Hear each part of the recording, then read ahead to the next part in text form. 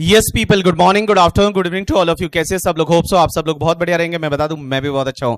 तो चलिए चालू करते हैं। सबसे पहले जो कल पढ़ा था उसको एक बार क्विकली रिवाइज कर देते हैं और उसके बाद हम आगे पढ़ेंगे। Sorry for late starting of lecture, कल से नहीं होगा, थोड़ा टेक्निकल ग्लिच था उसके लिए। तो चलिए स्टार्ट करते हैं। अभी तक हमने क्या पढ़ा एक बार क्विकली रिवाइज करते हैं। कल हमने चालू किया था इनकम टैक्स। अब एक बात बताइए, सबसे पहली बात यह आती है कि गवर्नमेंट टैक्स क्यों लेती है? बोलो क्यों लेती है गवर्नमेंट टैक्स? क्योंकि गवर्नमेंट को आपने एक रेस्पॉन्सिबिलिटी दे रखी है। क्या रेस्पॉन्सिबिलिटी दे रखी है? इंडिया को डेवलप करना है, इंडिया को रन करना है। एंड एक चीज समझना, उसके लिए दो चीजों की जरूरत पड़ती है। किस किस की? सबसे पहला क्या? पावर, और दूसरा क्या? पैसा। पावर कहां से आएगा? कॉन्स्टिट्यूशन ऑफ इंडिया से। अब एक बात बताओ, कॉन्स्टिट्यूशन ऑफ इंडिया में ऐसा क्या दे रखा है क्या कि हमारी गवर्नमेंट चाहे तो टैक्स ले सकती है? आंसर इज यस, दे रखा है कॉन्स्टिट्यूशन ऑफ इंडिया में। और कॉन्स्टिट्यूशन ऑफ इंडिया में कहां पे ये दे रखा है?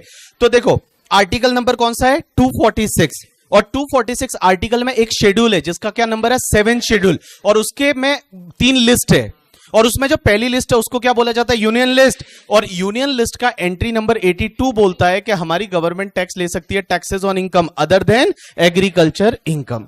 तो हमारी गवर्नमेंट एग्रीकल्चर इनकम पे टैक्स नहीं ले सकती। लेकिन क्या एग्रीकल्चर इनकम पे टैक्स कोई और गवर्नमेंट ले सकती है? नहीं। यस। कौन सी गवर्नमेंट ले सकती है? State government. और स्टेट गवर्नमेंट को यह पावर दे रखा है in the entry number 46 of 7 schedule of article 246 of constitution of India. समझा कि नहीं समझा? समझा। अब एक चीज समझना, गवर्नमेंट है वो एग्रीकल्चर इनकम पे स्टेट गवर्नमेंट टैक्स लेती है, लेकिन स्टेट गवर्नमेंट आज तक कोई भी टैक्स नहीं लेती करके। ठीक है, चलिए अब एक बात बताओ, जो गवर्नमेंट है वो पैसा जुटाती कहां से है? तो सबसे पहले गवर्नमेंट के बिजनेसेस होते हैं। गवर्नमेंट के कौन कौन से बिजनेस? जैसे रेलवे है, बीपीसीएल है, ओएनजीसी है, भेल है, एलआईसी है, ये गवर्नमेंट के बिजनेसेस है। उसके बाद में अगर मान लो इससे जो गवर्नमेंट की नीड है वो पूरी नहीं होती, तो गवर्नमेंट क्या करती है? लोगों से पैसा मांगती है। और ये लोगों से पैसा कौन से फॉर्म में मांगती है? टैक्सेस के फॉर्म में। एक बात बताओ, टैक्सेस दो तरह के होते हैं, one is the direct tax, one is the indirect tax. Direct tax किसको बोलते हैं? ऐसा टैक्स जो डायरेक्टली आप ही से लिया जाता है, मतलब जिसका टैक्स है वो उसी से डायरेक्टली ले लिया जाएगा, that is called direct tax. Example is income tax. मेरा इनकम टैक्स है वो किससे लेंगे? मेरे से ही लेंगे, कोई थर्ड पार्टी थोड़ी देगी। मेरा इनकम टैक्स मुझे ही देना पड़ेगा, that is called direct tax. लेकिन इनडायरेक्ट टैक्सेस क्या होता है कि इनडायरेक्टली लिया जाता है, मींस जिसका टैक्स है अल्टीमेटली उससे कलेक्ट नहीं होता। गवर्नमेंट को पे करने वाला कोई और पर्सन होता है, लेकिन अल्टीमेटली उसका बर्डन है वो शिफ्ट हो जाता है अल्टीमेट कंज्यूमर पे। जो गुड्स या सर्विस को यूज करता है उस पे अल्टीमेटली वो बर्डन है वो शिफ्ट हो जाता है, that is called your indirect taxes. Example के लिए कल मैंने बताया था जीएसटी। तो जीएसटी में क्या होता है? आपने जो फीस पे किया उसमें एक कंपोनेंट जीएसटी का भी है। वो जीएसटी क्या करते हैं? जीएसटी जो पे करते हैं वो आपने मेरे को पे किया, मैंने वो जीएसटी गवर्नमेंट को पे कर दिया, तो that is called indirect taxes. Government के लिए कौन सा टैक्सेस कलेक्ट करना इजी होता होगा, डायरेक्ट टैक्स या इनडायरेक्ट टैक्स? इनडायरेक्ट टैक्स ज्यादा इजी है। क्यों? क्योंकि आपको पता ही नहीं चल रहा आप इनडायरेक्ट टैक्स पे कर रहे हो। डायरेक्ट टैक्स में यहां पे दर्द होता है, दिल में दर्द होता है करके। ठीक है, जब डायरेक्ट टैक्स की बात आती है, और इंडिया में डायरेक्ट टैक्स में आपको बताऊं 43% भी टैक्स लग सकता है। कैसे 43%? सर हमने तो ये सुना है कि आज तक इनकम टैक्स मैक्सिमम 30% ही लगता है। तो ये 43% आप जो रेट बोल रहे हो, ये 43% रेट कहां से लेके आए हो? मैं आपको बताऊंगा, आज या कल में हम सीखेंगे, तब मैं आपको बताऊंगा कि 43% रेट कहां से आई है। उसके बाद में एक चीज समझना, तुम्हारा डायरेक्ट टैक्स इनडायरेक्ट टैक्स में आज की डेट में गवर्नमेंट को रेवेन्यू ज्यादा किससे है? डायरेक्ट टैक्स से। पहले इनडायरेक्ट टैक्सेस से हुआ करता था, बट अब गवर्नमेंट को ज्यादा रेवेन्यू है वो आपके डायरेक्ट टैक्स से है। डायरेक्ट टैक्स से गवर्नमेंट को ज्यादा पैसा मिलता है। अब एक और चीज समझना, इसके बाद मैंने आपको बताया था कि हम इनकम टैक्स लॉ पढ़ने वाले हैं या इनकम टैक्स एक्ट पढ़ने वाले हैं? लॉ पढ़ने वाले हैं। हम इनकम टैक्स लॉ पढ़ने वाले हैं। लॉ में क्या क्या पढ़ेंगे? एक्ट भी पढ़ेंगे, रूल्स भी पढ़ेंगे, कुछ नोटिफिकेशन भी पढ़ेंगे, सर्कुलर भी पढ़ेंगे, केस लॉज भी पढ़ेंगे, और उनका सबका जब कंबाइंड स्टडी करेंगे तब हम बोलेंगे हम इनकम टैक्स लॉ पढ़ रहे हैं। जो भी सेक्शन है उसको कैसे रीड किया जाता है? तो देखो, जो सेक्शन है, सबसे पहला सेक्शन है, उसके बाद पास में लिखा होता है वो सब सेक्शन है, उसके पास में क्लॉज लिखा हुआ है, उसके पास में सब क्लॉज लिखा हुआ है। लेकिन गाइस ध्यान रखना, हमारे इनकम टैक्स में 3 सेक्शन ऐसी आएगी, एक तो 2 है, एक 10 है, एक 47 है, जिसके साथ में जो भी लिखा होगा वो क्लॉज होगा। क्लॉज कब बोलना होता है, सब सेक्शन कब बोलना होता है? कि अगर कोई लिस्ट दे रखी है किसी चीज की, और उसमें एक दूसरे से इंटरलिंक नहीं है, एक दूसरे से लेना देना नहीं है एक आइटम का दूसरी आइटम से, तो उसको हम क्लॉज बोलेंगे। बट अगर मान लो लिंकेज है तो उस पर्टिकुलर केस में हम सब सेक्शन बोलेंगे। तो जब भी तुम्हारा आइटम में लिंक नहीं है, जैसे डेफिनेशन, एक डेफिनेशन किसी और चीज की, दूसरी डेफिनेशन किसी और चीज की, आपस में एक दूसरे का लिंकेज नहीं है, वहां पे हम क्लॉज बोलेंगे, और अगर लिंकेज है तो वहां पे हम सब सेक्शन बोलेंगे। हमारे इनकम टैक्स एक्ट में कितनी सेक्शन है? ऐसे नंबर वाइज देखोगे तो 298 is the last section, but ऐसा नहीं है। रियल में चेक करने जाओगे तो 600 के करीब सेक्शन है, क्योंकि वहां पे क्या होता है ना कि जैसे सेक्शन 35 है, ये एक सेक्शन हुई, 35 डी भी है, 35 डी भी है, 35 डीडीए भी है, 35 एडी भी है, तो बहुत सारी ऐसी सेक्शन है, कुल मिला के बहुत सारी सेक्शन है। बट डोंट वरी, आपके एग्जाम के लिए बहुत कम सेक्शन है जो रिलेवेंट है, और आपको बहुत कम सेक्शन है वही याद रखनी पड़ेगी। और सेक्शन सच में क्या याद रखनी पड़ती है नहीं रखनी पड़ती, जैसे जैसे अपन पढ़ेंगे आपको समझ में आता जाएगा। चलिए, इनकम टैक्स एक्ट 1961 है, वो बहुत पहले बना था, लेकिन इनकम टैक्स को सपोर्ट करने के लिए यहां पे रूल्स बनाए जाते हैं, जिसको इनकम टैक्स रूल्स 1962 बोलते हैं। ये रूल्स क्या होते हैं? एक्ट को सपोर्ट करते हैं। जैसे for an example, income tax act में कोई सेक्शन डाली हुई है कि आपको डेप्रिसिएशन अलाउ होगा एट अ प्रिस्क्राइब्ड रेट। अब रेट्स कहां दे रखी है? वो रूल्स में दे रखी है। वैसे ही अगर ऐसा लिखा हुआ है इनकम टैक्स एक्ट में कि भैया आपको जो है वो इनकम टैक्स रिटर्न फाइल करना पड़ेगा इन द प्रिस्क्राइब फॉर्म, और वो फॉर्म प्रिस्क्राइब कहां पे करते हैं? वो इनकम टैक्स रूल्स में करते हैं। उसके बाद मैंने बताया कि इनकम टैक्स एक्ट 1961 तो इतना पुराना एक्ट है, वो तो कब बना था? 1961 में बना था। उसको बने हुए टोटल आपके 60 इयर्स प्लस हो गए हैं। तो सर उसमें अमेंडमेंट कैसे होते हैं? तो हर साल उसमें अमेंडमेंट होते हैं फिनेंस एक्ट के थ्रू। और फिनेंस एक्ट जो है वो कैसे बनता है? तो सबसे पहले बजट आता है। क्या आता है? बजट। और बजट नॉर्मली कौन सी डेट को आता है? 1 फेब एवरी ईयर। हर साल की 1 फेब को बजट आता है। बजट में हमारे फाइनेंस मिनिस्टर है वो पार्लियामेंट में सबसे पहले बिल को प्रेजेंट करते हैं। तो जैसे आपका फाइनेंस बिल 2024 है, वो निर्मला सीतारमण जी ने हमारी पार्लियामेंट में प्रेजेंट किया था एज ऑन द 1 फेब 2024 को।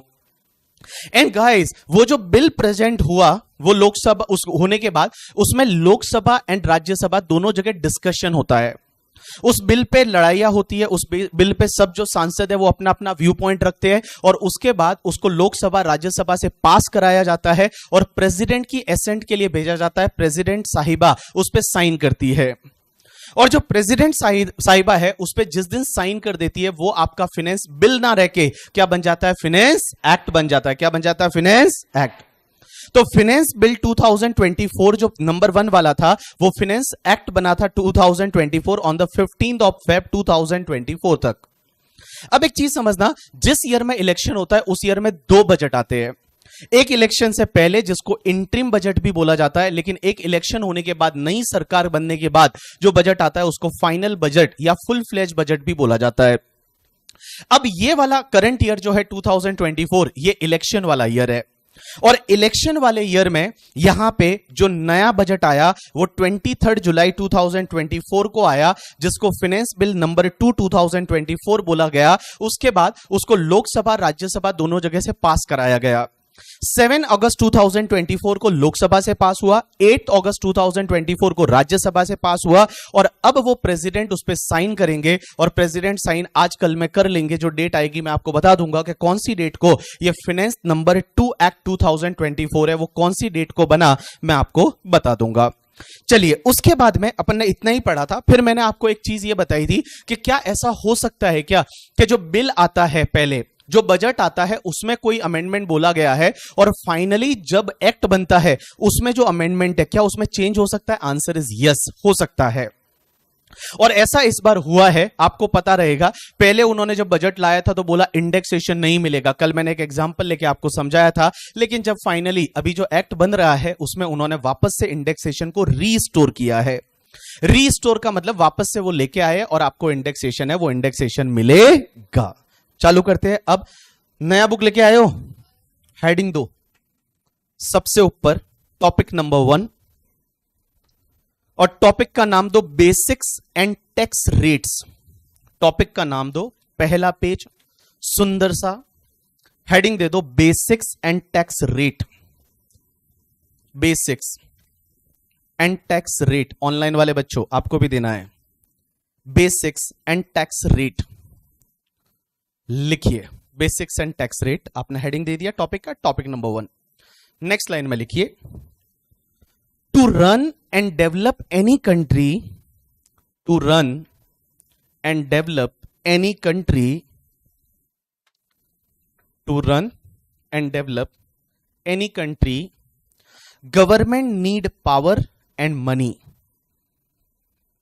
Government need power and money, government need power and money, full stop. Government gets money from, government gets money from, government gets money from businesses, government get money from businesses, comma, taxes and loan, taxes and loan। Next line में लिखिए, एक line छोड़ के power, एक line छोड़ के लिखिए power, और पावर को डैश करके लिखिए, पावर के पास डैश करके लिखिए, entry number 82, entry number 82 of union list, entry number 82 of union list in the 7th schedule, in the 7th schedule या schedule जो भी आप बोलते हो, in the 7th schedule of article 246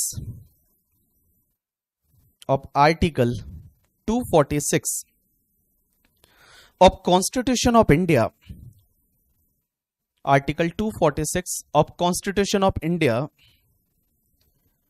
has given power to central government, has given power to central government, has given power to central government to make law on taxes, to make law on taxes on income, to make law on taxes, make law on taxes on income other than agriculture income, other than agriculture income, other than agriculture income। Article number कौन सा लिखा है? 246। 246 है, उससे income ये ले सकते हैं। 246 ए और है जिससे जीएसटी वगैरह लगता है, वो बाद में आएगा, अभी आपको नहीं देखना। नेक्स्ट लाइन में लिखिए same point, but next line में entry number 46, entry number dash करके लिख लीजिए नेक्स्ट लाइन में, entry number 46, entry number 46 of state list, of state list in 7th schedule of article 246, entry number 46 of state list in 7th schedule of article 246 of constitution of India, of constitution of India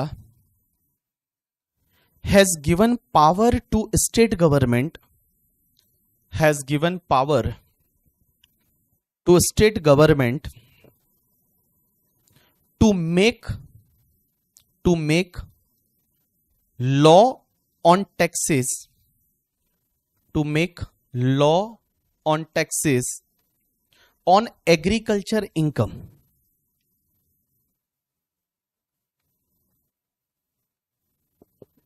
on agriculture income। मुझे एक बात बताओ, जब भी आप कोई subject पढ़ते हो तो एटलीस्ट आपको यह पता होना चाहिए कि इस सब्जेक्ट में हम करने वाले क्या है। मुझे बताओ, जो इनकम टैक्स हम पढ़ने वाले हैं, आप मुझे यह बताओ इस सब्जेक्ट में हम क्या करने वाले होंगे, क्या सीखेंगे इस सब्जेक्ट में, क्या सीखेंगे इस सब्जेक्ट में? इस सब्जेक्ट में क्या करेंगे भाई? ड्राइंग क्लास में आप ड्राइंग करना सीखते हो, हाँ, अगर मान लो कोई आपने इकोनॉमिक्स की क्लास पढ़ी तो उसमें इकोनॉमिक्स के, हाँ वो इकोनॉमिक्स कैसे वर्क करता है, माइक्रो इनकम टैक्स में क्या सीखोगे आप, क्या करोगे? हाँ, इस सब्जेक्ट में हम क्या सीखेंगे? हाँ, ऑनलाइन वाले किसी ने बोला इनकम टैक्स है तो इनकम टैक्स ही सीखेंगे ना, क्या सीखेंगे इस सब्जेक्ट में? इस सब्जेक्ट में बेसिकली हम किसी भी पर्सन की इनकम निकालना सीखेंगे और उस इनकम पे टैक्स निकालना सीखेंगे। बड़ा सिंपल सब्जेक्ट है। तो इस सब्जेक्ट में होगा क्या बेसिकली कि कोई भी पर्सन है, जैसे मैं हूं, कोई कंपनी है, कोई पार्टनरशिप फर्म है, उसकी इनकम कितनी है वो निकालेंगे और इनकम के साथ में क्या निकालेंगे? टैक्स। तो एक लाइन छोड़ के लिखो, in this subject we have to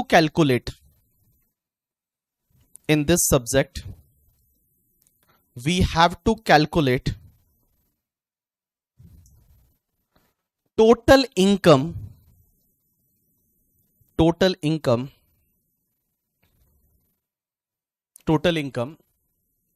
and tax liability of person. In this subject we have to calculate total income and tax liability of person.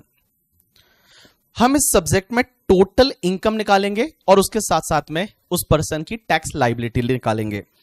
अब इधर देखो, हमारे इनकम टैक्स में क्या होता है, सबका ध्यान बोर्ड पे होना चाहिए। आपकी जो इनकम है ना, उसको 5 पार्ट में डिवाइड कर रखा है। मतलब आपकी जो इनकम होती है उस इनकम को 5 पार्ट्स में डिवाइड कर रखा है, 5 सेगमेंट में डिवाइड कर रखा है। अब आप बोलोगे 5 पार्ट्स में डिवाइड कर रखा है मतलब क्या होता है? जैसे इधर देखिए सब लोग, ये जो आपकी इनकम होती है, आप ये समझ लीजिए कि ये आपके 5 अलग अलग घर है।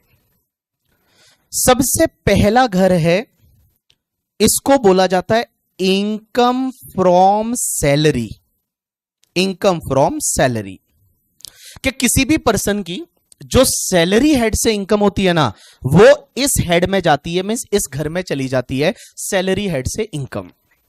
उसके बाद जो दूसरा हेड है वो आपका होता है इनकम फ्रॉम हाउस प्रॉपर्टी, तीसरा हेड होता है बिजनेस एंड प्रोफेशन, एंड चौथा हेड होता है कैपिटल गेन, और पांचवा हेड होता है इनकम फ्रॉम अदर सोर्सेज। इधर देखिए सब लोग, मींस आपकी जो इनकम होती है ना, वो इनकम बेसिकली 5 हेड में डिवाइड होती है।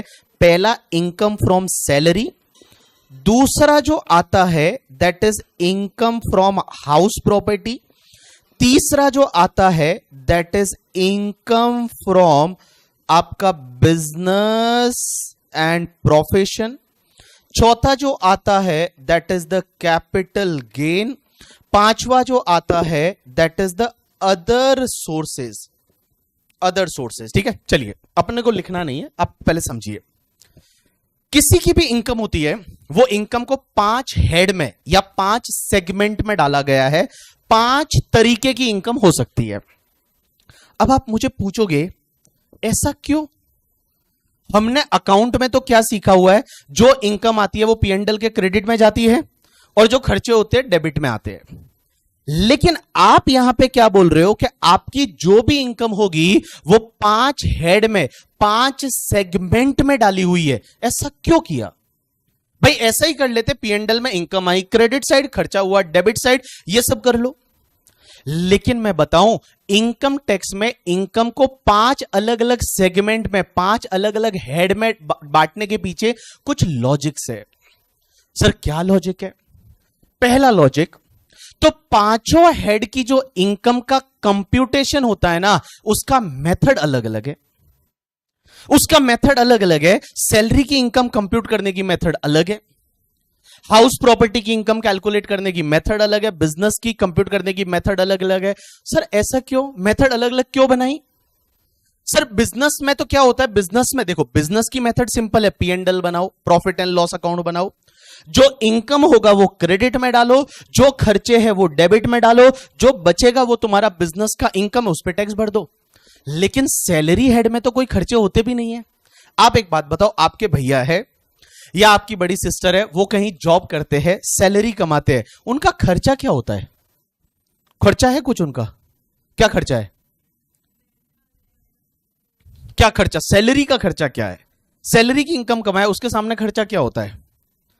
अब वो तो एक बात बताओ, क्या होगा अगर मान लो ऐसा बोला है कि भाई जो पीएनडल के क्रेडिट में इनकम डालो, डेबिट में तुम्हारे सब खर्चे डालो, तो तुम्हारे बड़े भैया, तुम्हारी बड़ी बहन सब खर्चे डाल देंगे, अपने लिए कपड़े खरीदे मिंत्रा से पीएनडल के डेबिट में, अपने लिए मान लो जूते खरीदे नए, क्योंकि जॉब पे जाना है, जूते तो पहनने पड़ेंगे, अच्छे नए कपड़े पहनने पड़ेंगे, नया मेकअप का सामान खरीदना पड़ेगा, सब पीएनडल के डेबिट में, और बोलेंगे हमारे सैलरी से इनकम तो निल हो गई और कुछ टैक्स भरने की जरूरत नहीं, जो बचा था वो बड़ा पाव खा लिया, ऐसा कर देंगे।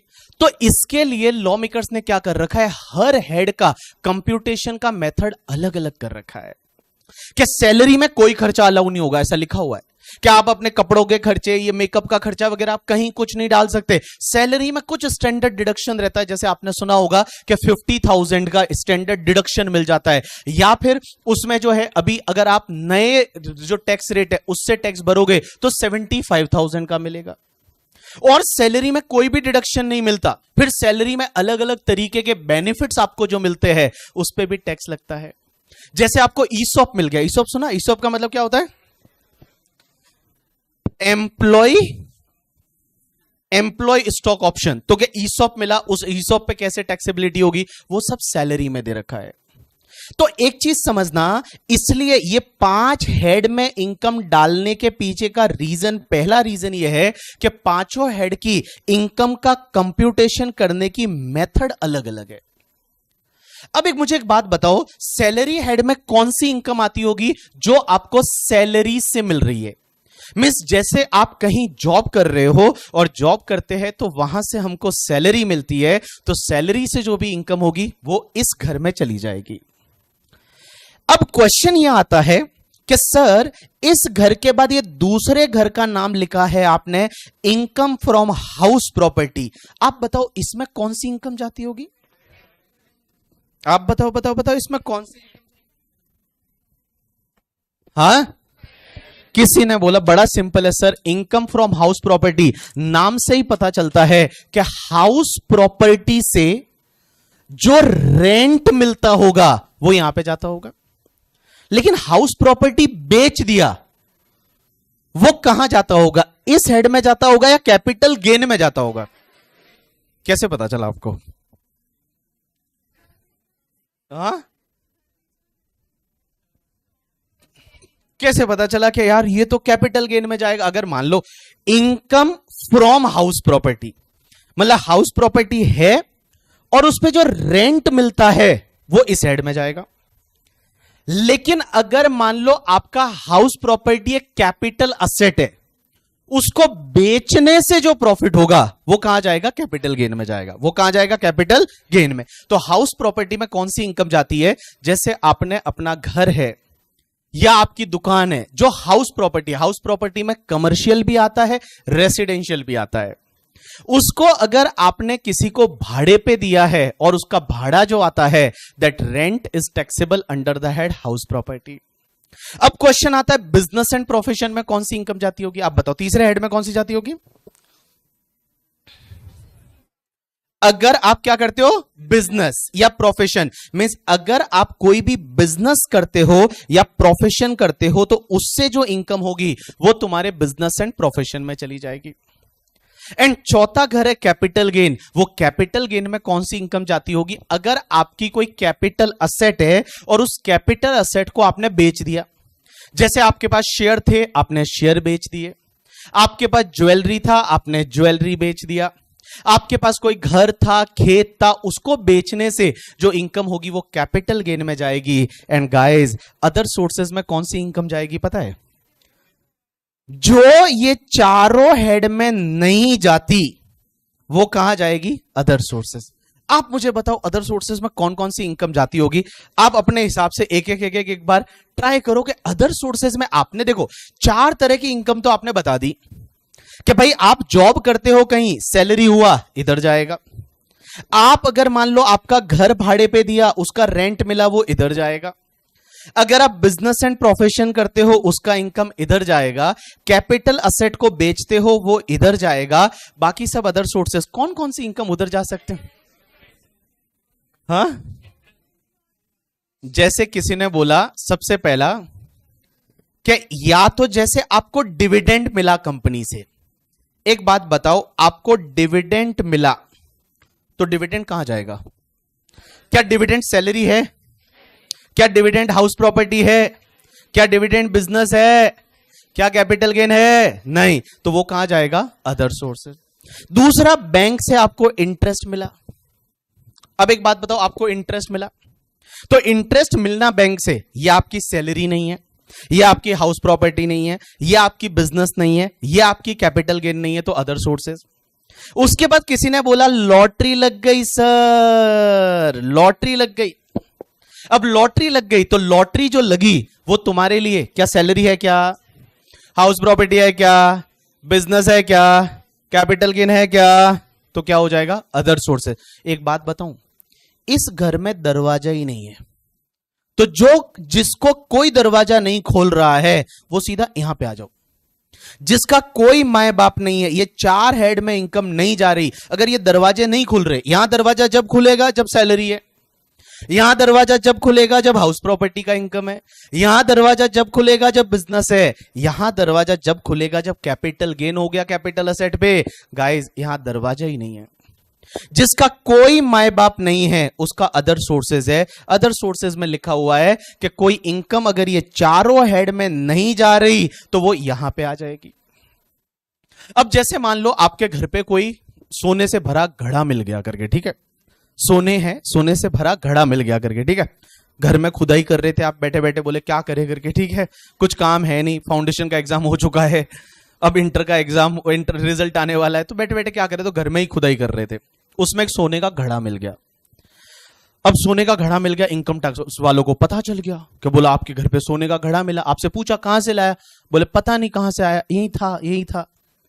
अब यहीं पे था तो वो इनकम टैक्सेबल होगी, और वो कहां टैक्सेबल होगी? Other sources. क्योंकि कुछ पता ही नहीं, आप यहां पे नहीं जा रही, यहां पे नहीं जा रही, यहां पे नहीं जा रही, तो वो तुम्हारे अदर सोर्सेज में चली जाएगी। समझा कि नहीं समझा? अब मुझे एक बात बताओ, यहां पे इस सब्जेक्ट में हम क्या करने वाले हैं? किसी भी पर्सन की क्या निकालेंगे? टोटल इनकम, और उस पे क्या निकालेंगे? टैक्स। तो टोटल इनकम बोलते किसको है?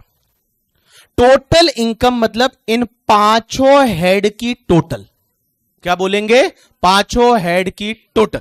अब आप मुझे एक और पूछोगे, सर ये अदर हेड को इनकम को 5 हेड में क्यों बांटा? क्योंकि गाइस मैं बताऊं, हर जगह टैक्स रेट अलग अलग है। आपको मैं बताऊं, कैपिटल गेन होता है ना, उस पे टैक्स रेट बहुत कम होती है। जैसे अभी जो कैपिटल गेन पे टैक्स रेट है वो कहीं 12.5% अगर लॉन्ग टर्म हुआ, तो शॉर्ट टर्म हुआ तो कहीं 20% है, कहीं 30% है। देखेंगे क्या है कैसे है, वो जैसे जैसे पढ़ेंगे वैसे देखेंगे। तो कैपिटल गेन पे टैक्स रेट अलग होती है और बाकी हेड पे टैक्स रेट अलग होती है। अदर सोर्सेज की कुछ इनकम पे टैक्स रेट बहुत ही अलग है। एक बात बताओ, आपके घर पे सोने का घड़ा मिल गया, आपसे पूछा उन्होंने कि कहां से लाया?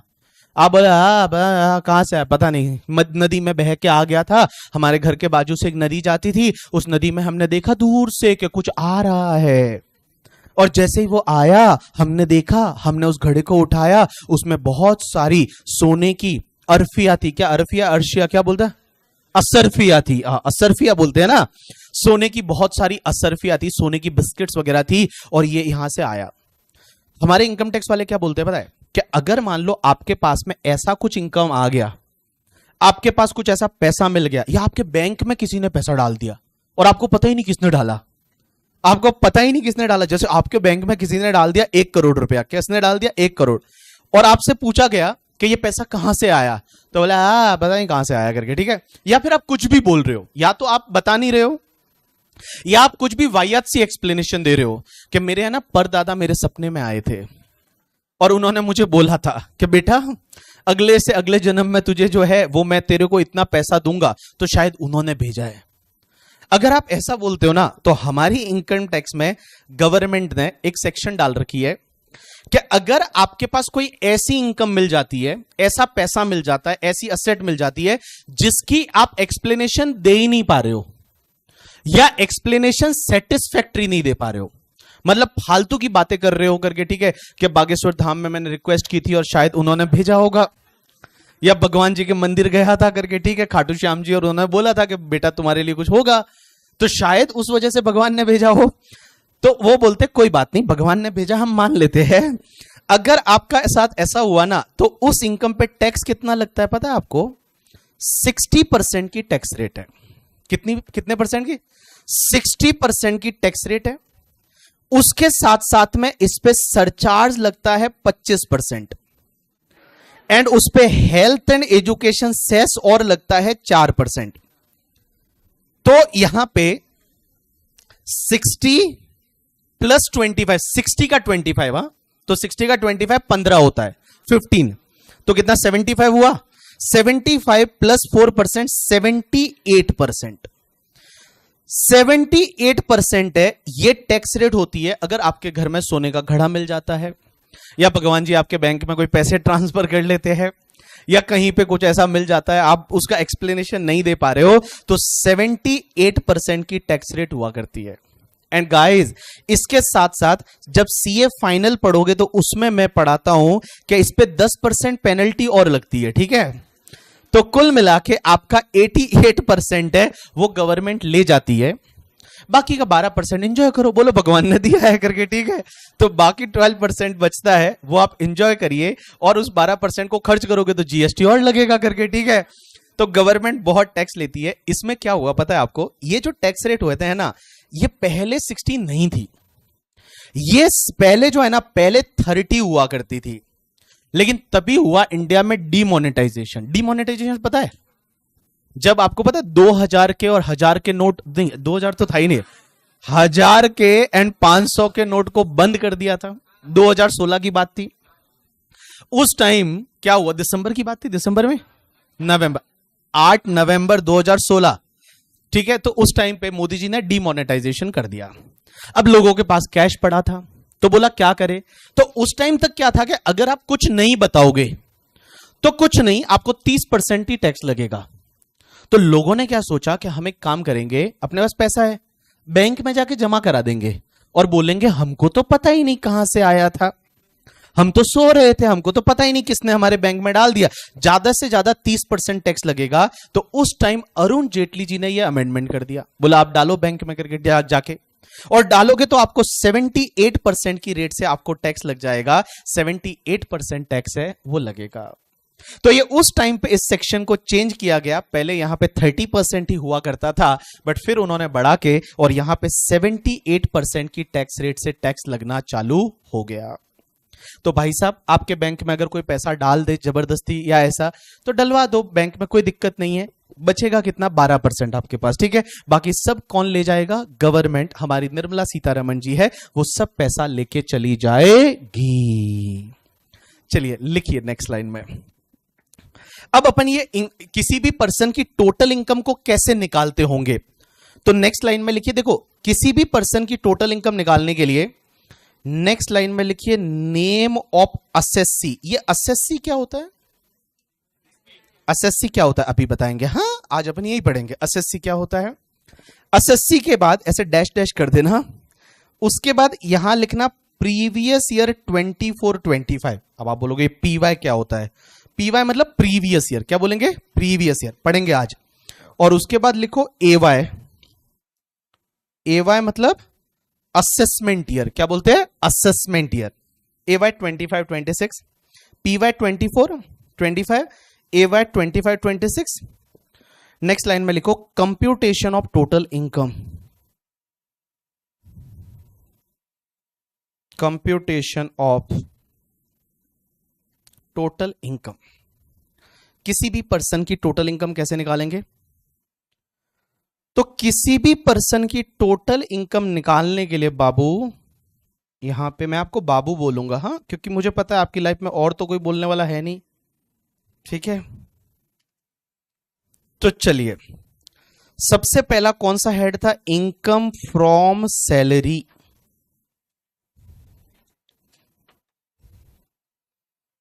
Income from salary.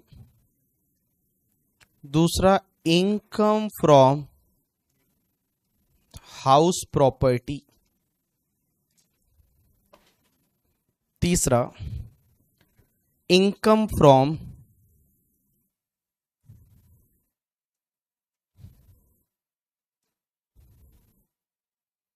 बिजनेस और प्रोफेशन। चौथा, income from capital gain.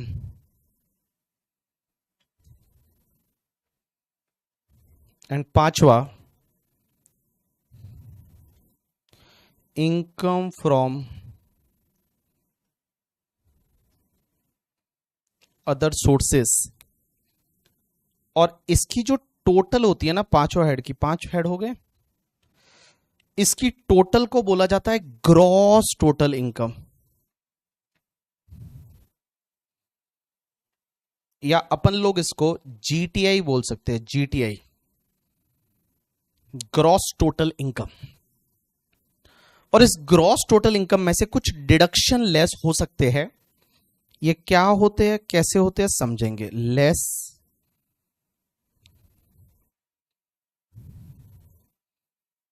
Deduction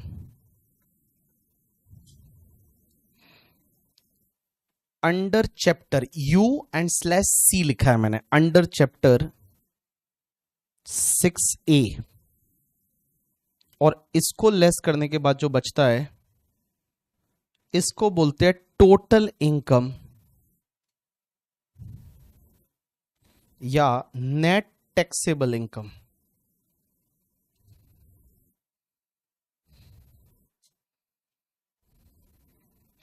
total income और नेट टैक्सेबल इनकम, या जिसको हम एनटीआई भी बोलते हैं, एनटीआई।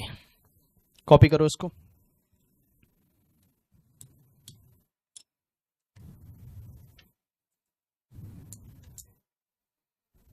अंडर चैप्टर 6 को रोमन में लिखा है 6, ऐसे 5 ऐसा होता है, 6A, 6/A।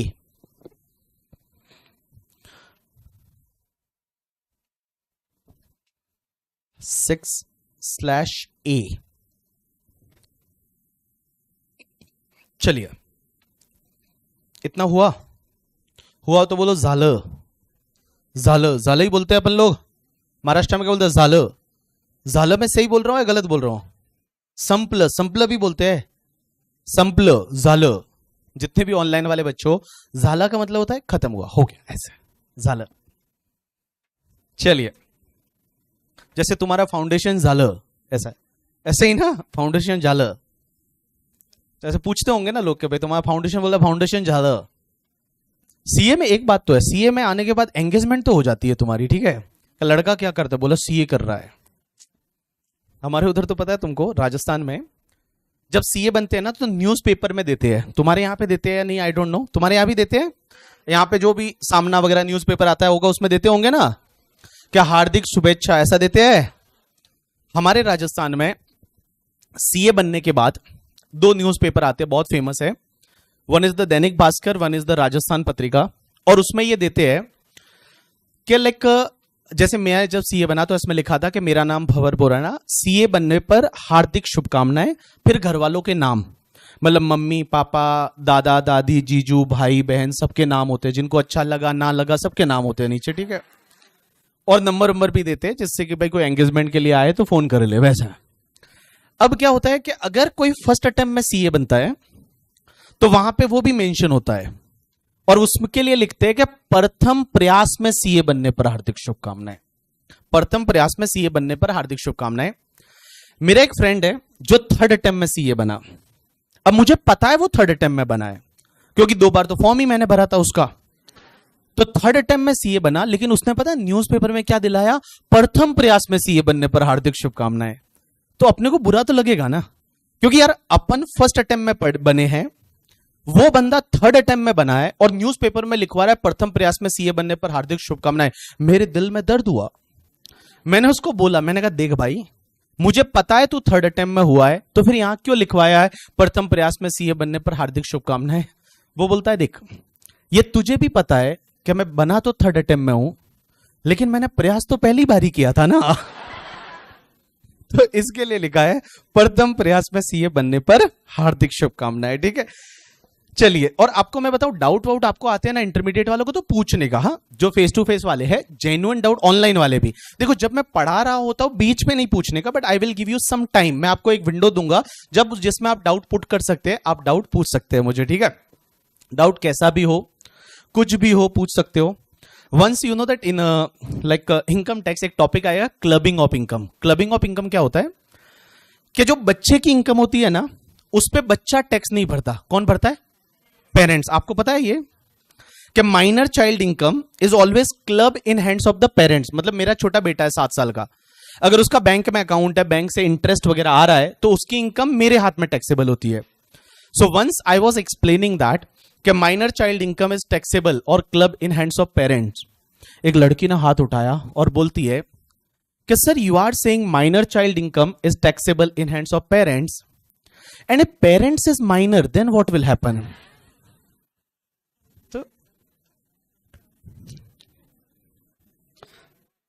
सो जेन्युइन डाउट। तो भाई साहब, तो आपके पास ऐसे भी अगर डाउट आते हैं, you can ask me any time, कोई दिक्कत नहीं है करके, ठीक है। हाँ, राजस्थान का बच्चा था, बोलता है सर पेरेंट्स इज माइनर। वहां तो हमने देखा सर बालिका वधू करके, ठीक है, वो बालिका वधू बन के चली गई थी। क्या नाम था? गोपी। गोपी नाम था क्या उसका बालिका वधू का? हाँ, आनंदी। ओ, और एक वो लैपटॉप धोती है, उसका नाम गोपी। अच्छा, गोपी ने लैपटॉप धोया था ना, उसने सोचा मिट्टी लग गई है तो मैं क्या करूं, तो बंदी ने लैपटॉप धोया और उसके बाद उसको जिस हिसाब से सुखाया है क्या नॉलेज है यार, मतलब अलग ही लेवल का, सच्ची। That was fun. लिखिए नेक्स्ट लाइन में, एक लाइन छोड़ के इसके बाद लिखिए for computation of total income, for computation of total income, for computation of total income and tax liabilities, for computation of total income and tax liabilities, for computation of total income and tax liabilities, we should have knowledge of income tax law.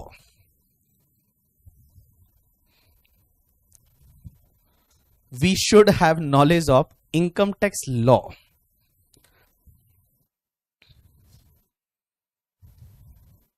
We should have knowledge of income tax law.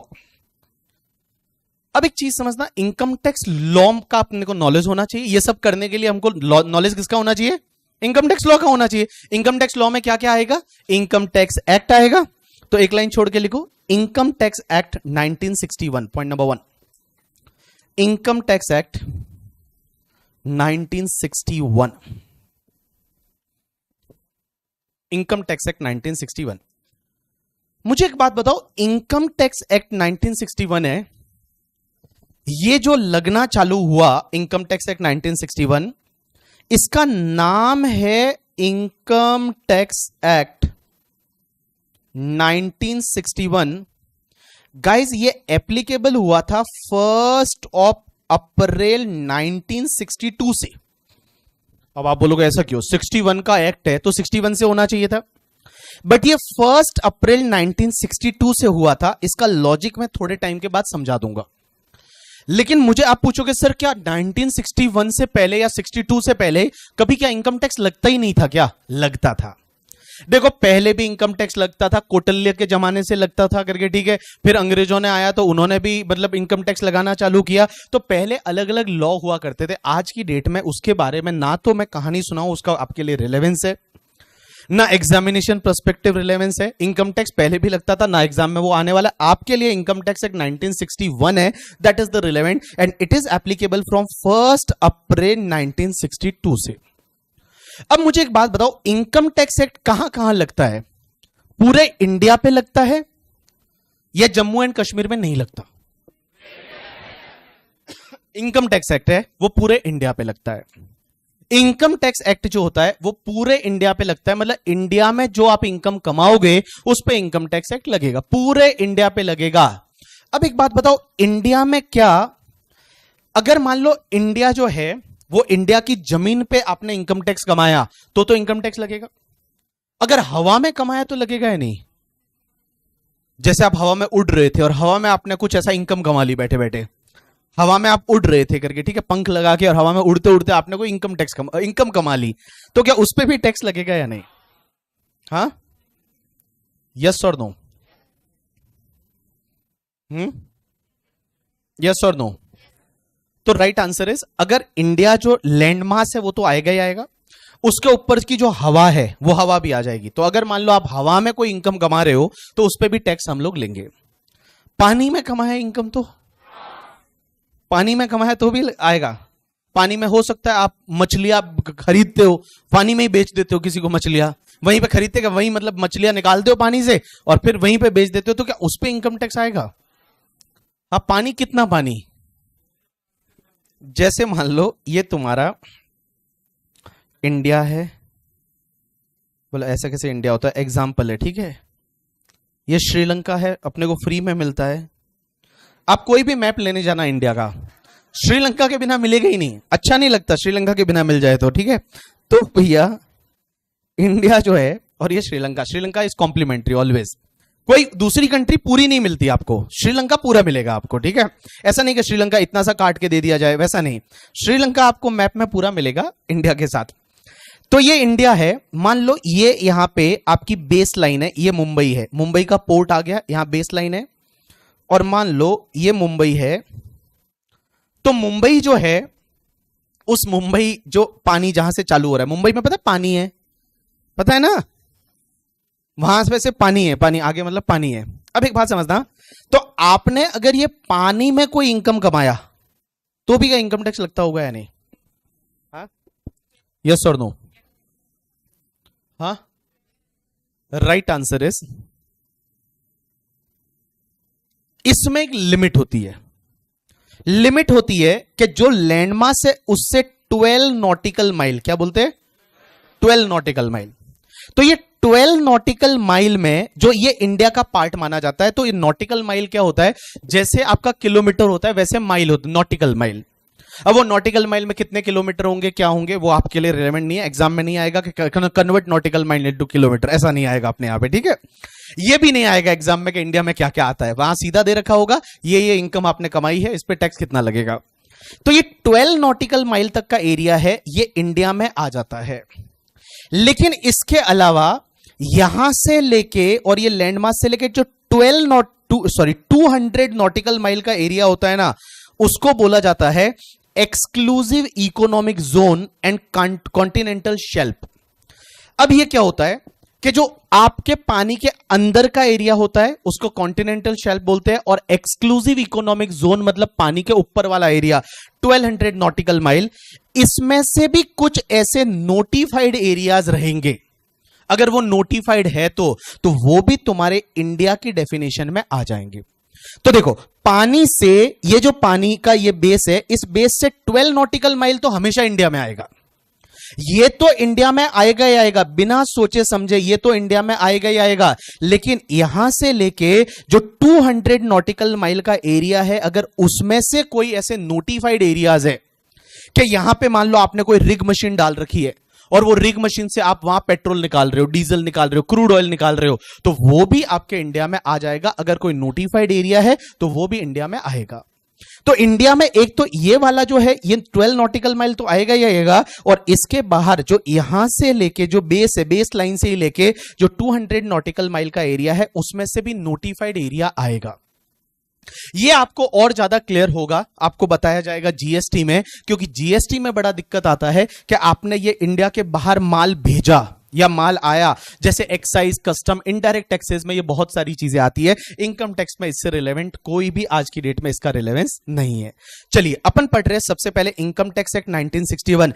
Income tax act 1961 में क्या लिखा हुआ है, तो मैं बता दूं, income tax act 1961 में लिखा हुआ है कि इनकम कैसे कैलकुलेट होगी, इनकम पे टैक्स कितना आएगा, आपको टैक्स है वो पे कैसे करना है, वो सब चीजें इनकम टैक्स एक्ट 1961 में दे रखी है। तो लिखो सबसे पहले इनकम टैक्स एक्ट 1961 में डैश करके लिखो, it is the main source of tax law, it is the main source, it is the main source, it is the main source of tax law, it is the main source of tax law, full stop। it provide determination of the total income. It provide determination of total income, comma, tax liability. It provide determination of total income, comma, tax liability, etc., etc. It provide determination of total income and tax liability, etc., etc. Full stop. Full stop. Next line में लिखो, it is applicable to whole of India. It is applicable to whole of India. Whole of India from 1st April 1962. It is applicable to whole of India from 1st April 1962. Next line में लिखो, अब एक बात बताओ, जब act होता है, income tax act है, जैसे मैं यहां पे आपको बता रहा हूं, ये इनकम टैक्स एक्ट है, जैसे इनकम टैक्स एक्ट जो होता है उसमें सेक्शंस होती है, बोलो क्या होती है, बट आपको पता है सेक्शन के नीचे कुछ प्रोवाइजो दे रखे होते हैं और कुछ एक्सप्लेनेशन दे रखी होती है। प्रोवाइजो क्या बोलता है एंड एक्सप्लेनेशन, आप मुझे बता सकते हैं कि इसको सर प्रोवाइजो बोलेंगे और इसको एक्सप्लेनेशन बोलेंगे। जैसे मैं एक एग्जांपल ले रहा हूं, यहां पे मैं चलो एक सेक्शन लेता हूं और उस सेक्शन से थोड़ा अपन समझने की कोशिश करते हैं कि जो सेक्शन होती है, जैसे ये 112A करके एक सेक्शन है, ये जो सेक्शन है ये 112A करके एक सेक्शन है कि tax on long term capital gain in certain asset, ये सेक्शन है। ये सेक्शन 112A सब सेक्शन 1 हुआ और ये 1 के नीचे जो है ना, आप देखोगे प्रोवाइजो दे रखा है, प्रोवाइडेड दैट करके, ठीक है। प्रोवाइजो का मतलब क्या होता है, प्रोवाइजो कोई सेक्शन डाल दी और उस सेक्शन के नीचे कुछ प्रोवाइजो डाल दिया, प्रोवाइडेड दैट, प्रोवाइडेड क्या क्या, प्रोवाइजो किसको बोलेंगे, proviso means, proviso means, good morning. जब भी ऐसा कोई करता है तो आपको क्या करना है, पेन ढक्कन खोल के, ठीक है, मुंह में डाल दो जोर से। हाँ, अब एक बात बताओ, तो प्रोवाइजो का मतलब होता है एक्सेप्शन, बोलो क्या बोला मैंने, एक्सेप्शन, कि जैसे कोई सेक्शन डाली और उस सेक्शन में कोई एक्सेप्शन क्रिएट करना है, क्या क्रिएट करना है, एक्सेप्शन, तो लिखा जाता है प्रोवाइजो। क्या लिखा जाता है, प्रोवाइजो। लेकिन इसमें एक और चीज ध्यान रखना, जब भी पहला प्रोवाइजो होगा ना, उसके लिए लिखा होगा प्रोवाइडेड दैट, क्या लिखा होगा, और उसके नीचे अगर दूसरा प्रोवाइजो लिखना है तो वो लिखेंगे फर्दर प्रोवाइडेड दैट, क्या लिखेंगे, फर्दर प्रोवाइडेड दैट, या प्रोवाइडेड ऑल्सो दैट, या तो क्या लिखेंगे, फर्दर प्रोवाइडेड दैट या प्रोवाइडेड ऑल्सो दैट। अगर तीसरा प्रोवाइजो है तो ऐसे कैसे, प्रोवाइडेड ऑल्सो दैट, मतलब ऐसा नहीं होगा कि तीसरे प्रोवाइजो में फिर ऐसा लिखा होगा फर्दर फर्दर प्रोवाइडेड दैट, या चौथे प्रोवाइजो में further further further provided that, ऐसा नहीं होगा। तो पहला प्रोवाइजो जो होता है वहां हमेशा लिखा होता है प्रोवाइडेड दैट, एंड उसके बाद में गाइस जितने भी बाकी प्रोवाइजो होंगे वहां पे लिखा होगा फर्दर प्रोवाइडेड दैट या फिर प्रोवाइडेड ऑल्सो दैट। ये क्या होता है, एक्सेप्शन क्रिएट करना है। जैसे कोई सेक्शन बना दी और उस सेक्शन में लिखा करके, ठीक है, कि भैया आपको जो टैक्स है, फॉर एन एग्जांपल, आपको जो टैक्स है वो आपको 12.5% लगेगा। अब ऐसा लिखा कैपिटल गेन में, अभी जो नई सेक्शन में चेंज हुआ कि 12.5% लगेगा, लेकिन फिर उसमें एक एक्सेप्शन डाली कि अगर कोई इंडिविजुअल एचयूएफ है और प्रॉपर्टी पहले खरीदी हुई है, तो अगर आप चाहो तो इंडेक्सेशन के साथ 20% टैक्स भर सकते हो, विदाउट इंडेक्सेशन 12.5% टैक्स भर सकते हो। तो ये एक एक्सेप्शन डाल दिया ना, तो एक्सेप्शन डालने के लिए वो लोग क्या यूज करते हैं, प्रोवाइजो। क्या यूज करते हैं, प्रोवाइजो। तो एक और एक एक्सप्लेनेशन, रुको पहले प्रोवाइजो के बाद में लिखेंगे एक्सप्लेनेशन किसको बोलते हैं। एक सेक्शन जो होती है उस सेक्शन में कुछ एक्सप्लेनेशन भी ये लोग डाल देते हैं। एक तो होता है प्रोवाइजो और एक होता है एक्सप्लेनेशन। आप मुझे कोई बताएगा एक्सप्लेनेशन का मतलब क्या होता है। जैसे देखो ये प्रोवाइजो, ये जो प्रोवाइजो, पहला प्रोवाइजो है उसमें क्या लिखा हुआ है, चालू किससे हो रहा है, देखो प्रोवाइडेड दैट, दूसरा प्रोवाइजो किससे चालू हो रहा है? Provided further that. अगर तीसरा प्रोवाइजो होता तो वो भी यही होता, provided further that.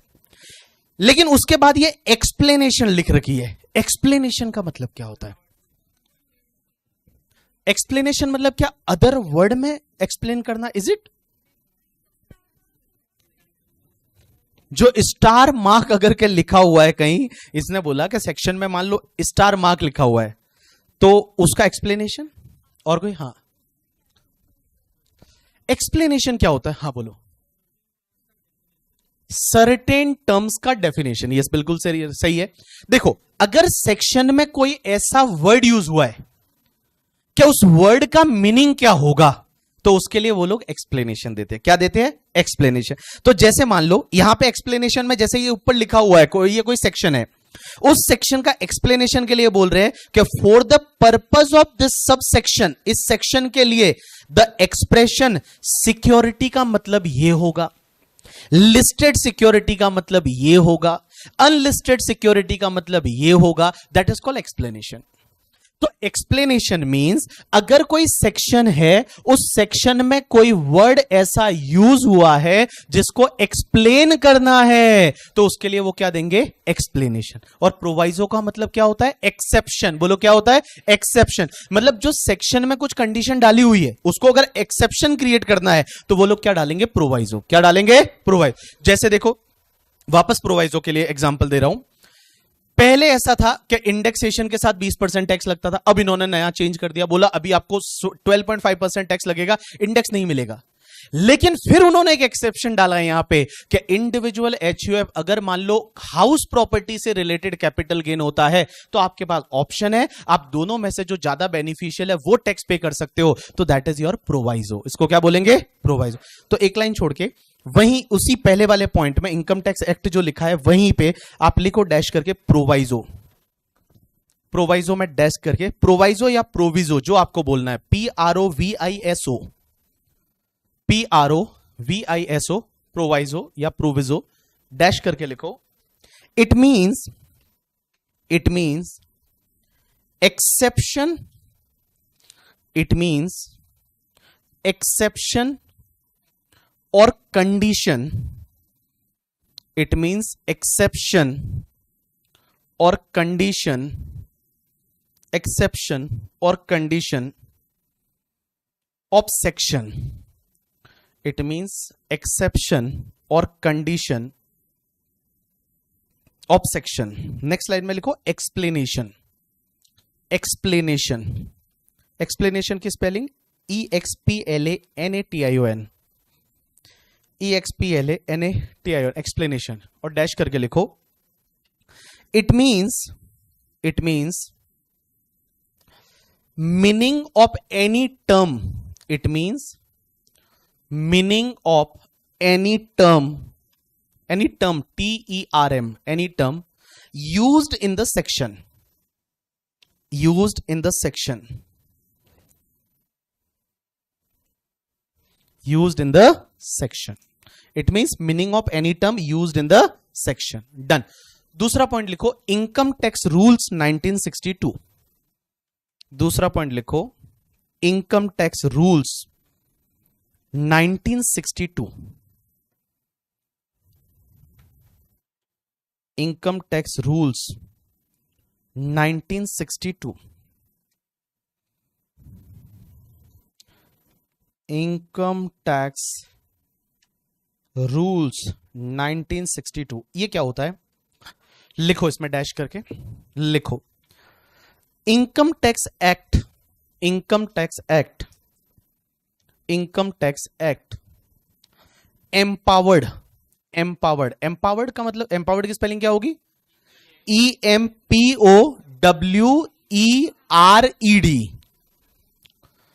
Income tax act empowered CBDT, ऐसा लिखो CBDT, बोर्ड पे दे रखा है जैसे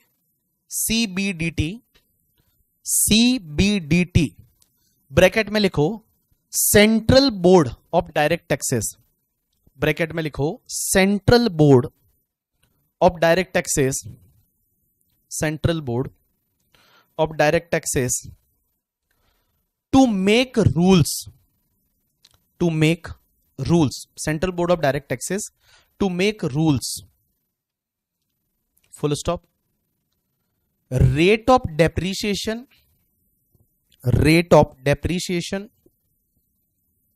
comma,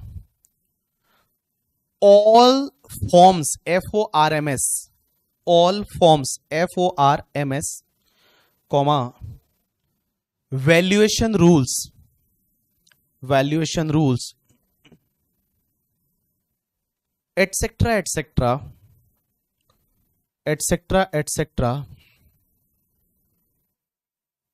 provided in income tax rules,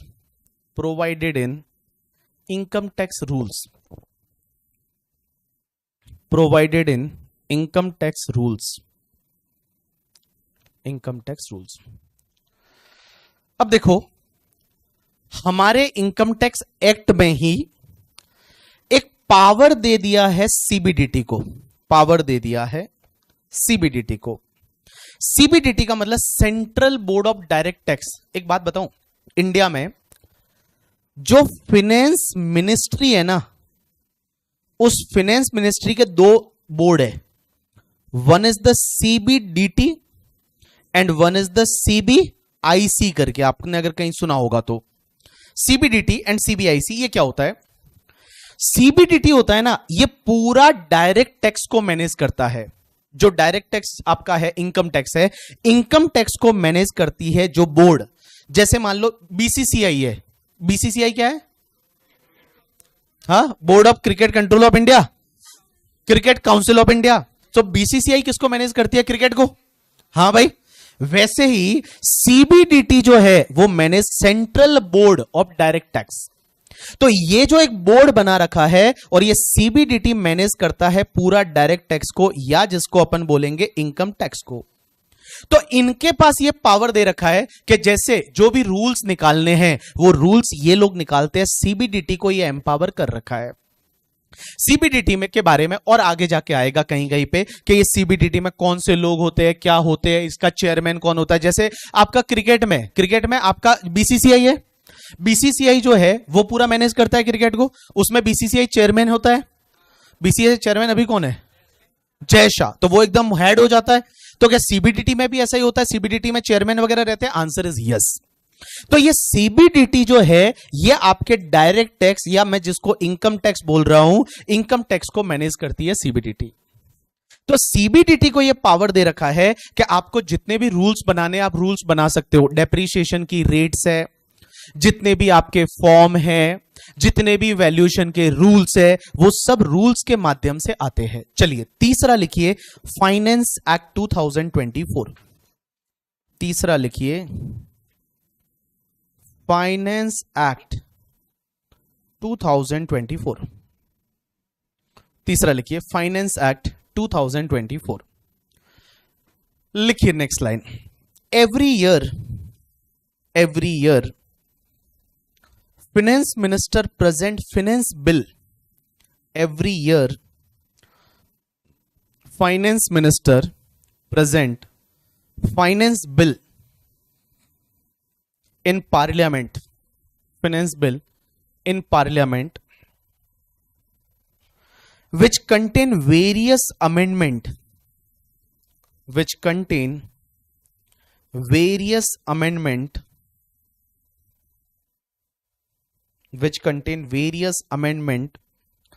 to be made in direct and indirect taxes, which contain various amendments to be made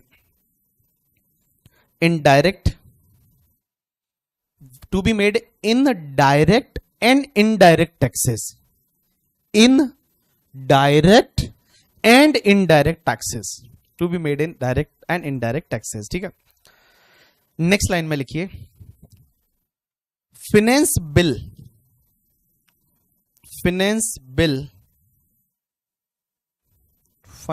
bill bracket में लिखो number 1, finance bill number 1 2024,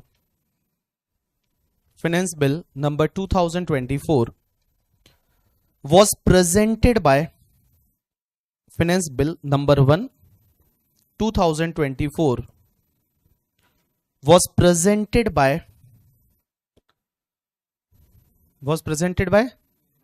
Nirmala Sitharaman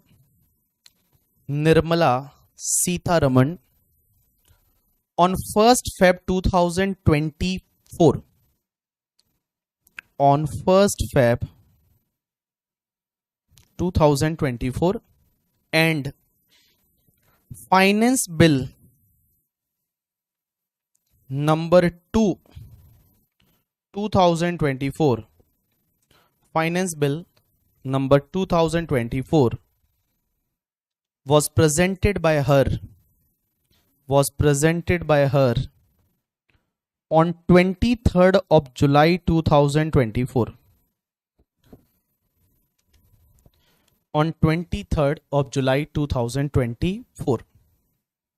so finance actually number 1 और number 2 यहां आना चाहिए, finance number 1 bill और number 2 bill, but अपन ने bill के बाद नंबर 1 नंबर 2 लिखा है तो भी चल जाएगा, कोई दिक्कत नहीं, ठीक है। अब एक बात समझना, अगर मान लो मैं लिखवाता हूं, क्योंकि अपन है ना बहुत सारा लिखेंगे, आपके पास 450 पेज की बुक है वो भर जाएगी, लिखवाते टाइम कोई रह जाता है लिखना, जैसे बहुत सारे बच्चे होते हैं रह जाते हैं, या तो स्पेलिंग नहीं आता है, या मतलब होता है, इसमें क्या हुआ, अपन बहुत बार स्पेलिंग अपने को नहीं आती या रह जाता है, आप बिल्कुल टेंशन मत लो। जो भी लिखवाया जाएगा हर क्लास के बाद एक बच्चे की जो नोटबुक है उसका फोटो लेके और आपको टेलीग्राम ग्रुप पे मिल जाएगा पीडीएफ के फॉर्म में, तो हर लेक्चर के बाद आपको लिखा हुआ मिल जाएगा। तो जितने ऑनलाइन वाले बच्चे हैं, बेसिकली ऑनलाइन वाले बच्चे का किसी का नेटवर्क इश्यू आ गया और लिख नहीं पाए तो टेंशन नहीं लेने का, जो पार्ट आपका मिस हो जाता है फिर आप वहां टेलीग्राम से उस पीडीएफ को लेके और वहां से आप लिख सकते हो। तो फेस टू फेस का एक बच्चे को ढूंढेंगे जिसकी राइटिंग बहुत अच्छी है और उसको हर दिन एक चॉकलेट मिलेगा करके, ठीक है, मिनिमम 10 रुपए का हर दिन का एक चॉकलेट मिलेगा उसको, हर दिन चॉकलेट मिलेगा, तो सोचो कितनी सारी चॉकलेट उसके पास हो जाएगी। तो हर दिन का चॉकलेट मिलेगा, उसको कुछ नहीं करना, अपनी नोटबुक का फोटो लेके पीडीएफ बना के मुझे भेजना है, 5 मिनट का ये एक्सरसाइज रहेगा, बट आपको चॉकलेट भी मिलेगा, ठीक है। चलिए, ये आपने लिखा, तो आप ऑनलाइन वाले ज्यादा स्ट्रेस मत लेना इस चीज का कि सर रह गया उसके लिए। चलिए नेक्स्ट लाइन में लिखिए आप लोग, next line same point, next line में लिखिए as soon as bill was passed by parliament, as soon as bill was passed by parliament and after receiving approval from president,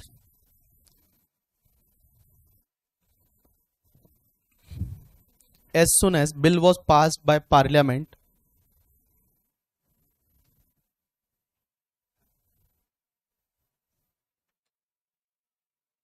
as soon as bill was passed by parliament and received approval from president, it becomes finance act. It becomes finance act. After receiving approval from president, it becomes finance act. It becomes finance act. Next line में same point dash करके लिखो, finance number 1 bill, finance number 1 bill 2024 became finance act, became finance number 1 act 2024 on 15 Feb 2024. Finance number 1 bill 2024 became finance act, finance number 1 act on 15 Feb 2024. and next line में लिखो, finance number 2 bill 2024, finance number 2 bill 2024 became finance number 2 act 2024 on finance number 2 bill 2024 became finance number 2 act 2024 on, और on लिख के dash dash लिख लो करके, ठीक है, क्योंकि डेट कल परसों जब भी आएगी मैं आपको बता दूंगा करके, ठीक है। चलिए, ये तो हो गया फाइनेंस एक्ट। अब एक बात बताओ, एक होता है नोटिफिकेशन और एक होता है सर्क्यूलर। कोई बता सकता है क्या होता है? शायद लॉ में भी आया होगा, लॉ में नोटिफिकेशन सर्क्यूलर पढ़ते हैं, तो नोटिफिकेशन और सर्क्यूलर क्या होता है? कोई एनीवन? यस सर, नोटिफिकेशन सबके लिए होता है, तुम्हारे लिए होता है। सर्क्यूलर किसके लिए होता है? किसके लिए? टीम के लिए। इंटरनली होता है, इंटरनली सर्क्यूलेट करना, इसलिए सर्क्यूलर। इधर से, हाँ, और कोई? इधर से भी एक हाथ ऊपर किया था, नोटिफिकेशन सर्क्यूलर। हाँ बोलो। नोटिफिकेशन सबके लिए होता है, सर्क्यूलर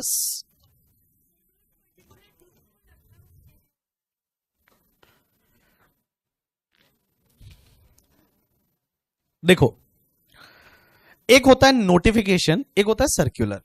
नोटिफिकेशन क्या होता है?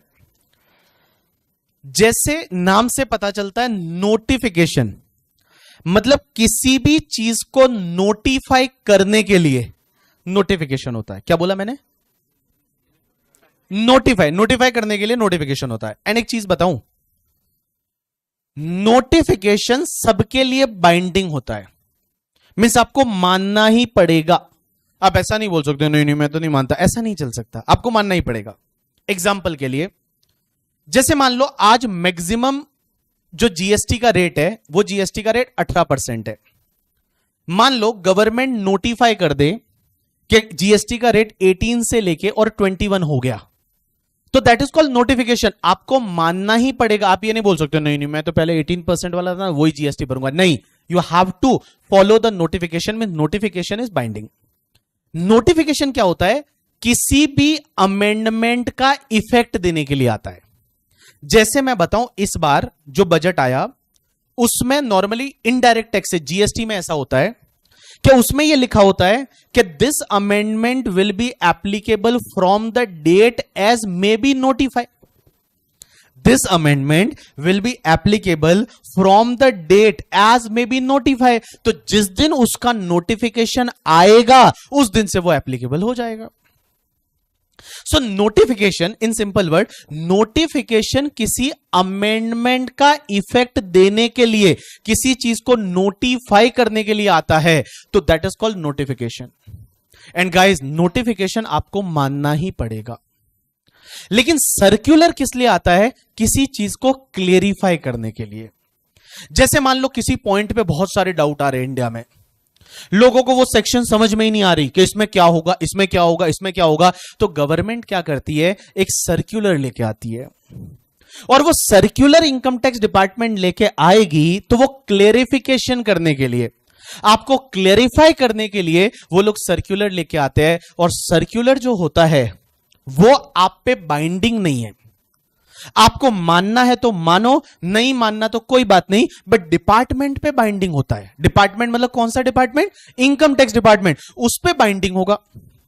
अगर उन्होंने कोई सर्क्यूलर लाया है और वो बोलेंगे नहीं नहीं हम ही नहीं फॉलो करेंगे, ऐसे कैसे भाई?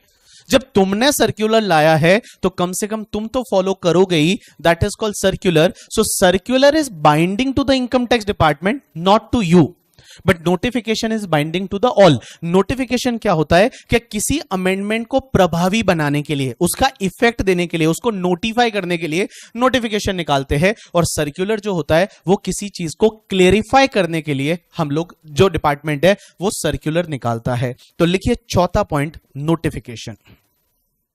इनकम टैक्स लॉ में चौथा पॉइंट लिखिए, notification.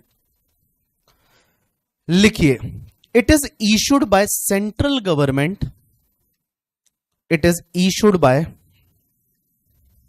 central government, it is issued by central government slash CBDT, it is issued by central government slash CBDT to give effect of amendment, to give effect of amendment or to give effect of provision of the act, or to give effect of, or to give effect of provision of the act, provision of the act, full stop. Next line में लिखो but same point, it is binding to SSC as well as department, it is binding to SSC as well as department, it is binding to SSC as well as department. What is the heading? Heading notification ही था इसका. It is binding to SSC as well as department. एक line छोड़ के लिखो 5वां point, circular.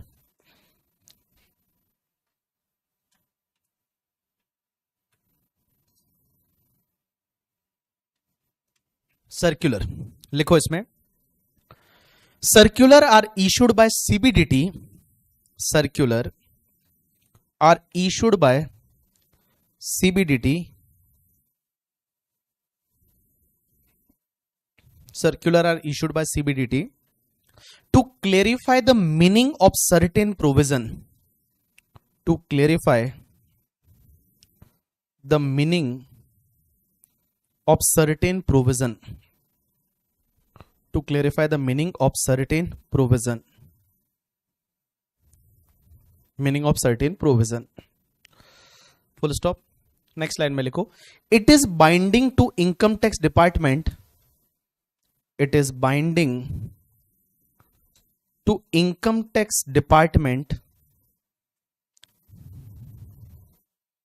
but not binding to SSC, it is binding to income tax department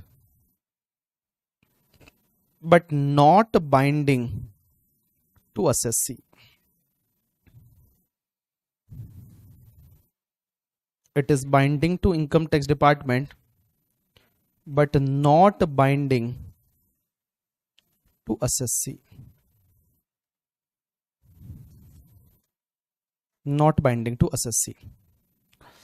एक line छोड़ के हेडिंग दो सेक्शन 4, एक लाइन छोड़ के हेडिंग दो सेक्शन 4, एक लाइन छोड़ के हेडिंग दो सेक्शन 4 और सेक्शन 4 में लिखो charging section of income tax, एक लाइन छोड़ के हेडिंग दो सेक्शन 4 और सेक्शन 4 में लिखो charging section of income tax,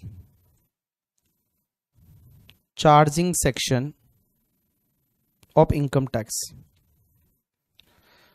charging section of income tax. Heading क्या दिया? Charging section of income tax. ठीक है, लिखो जैसा मैं बोलता हूं, फिर एक्सप्लेन करूंगा सब। लिखो, income tax is charged, income tax is charged, CHARGED, income tax is charge for every assessment year, income tax is charged for every assessment year, income tax is charged for every assessment year, full stop। it is charged on every person, it is charged on every person, income tax is charged for every assessment year, it is charged on every person, full stop। it is charged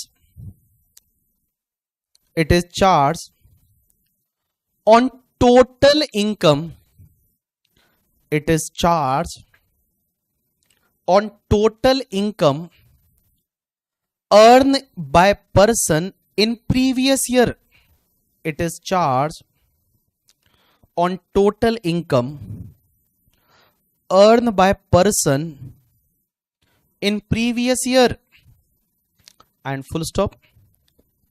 tax is charged at the rate prescribed in Finance Act, tax is charged at the rate prescribed in Finance Act। चलिए, इतना लिखने के बाद आप रुक जाइए, book बंद कर दीजिए। ठीक है, हम पढ़ रहे हैं चार्जिंग सेक्शन। चार्जिंग सेक्शन मतलब क्या होता होगा? चार्जिंग सेक्शन मतलब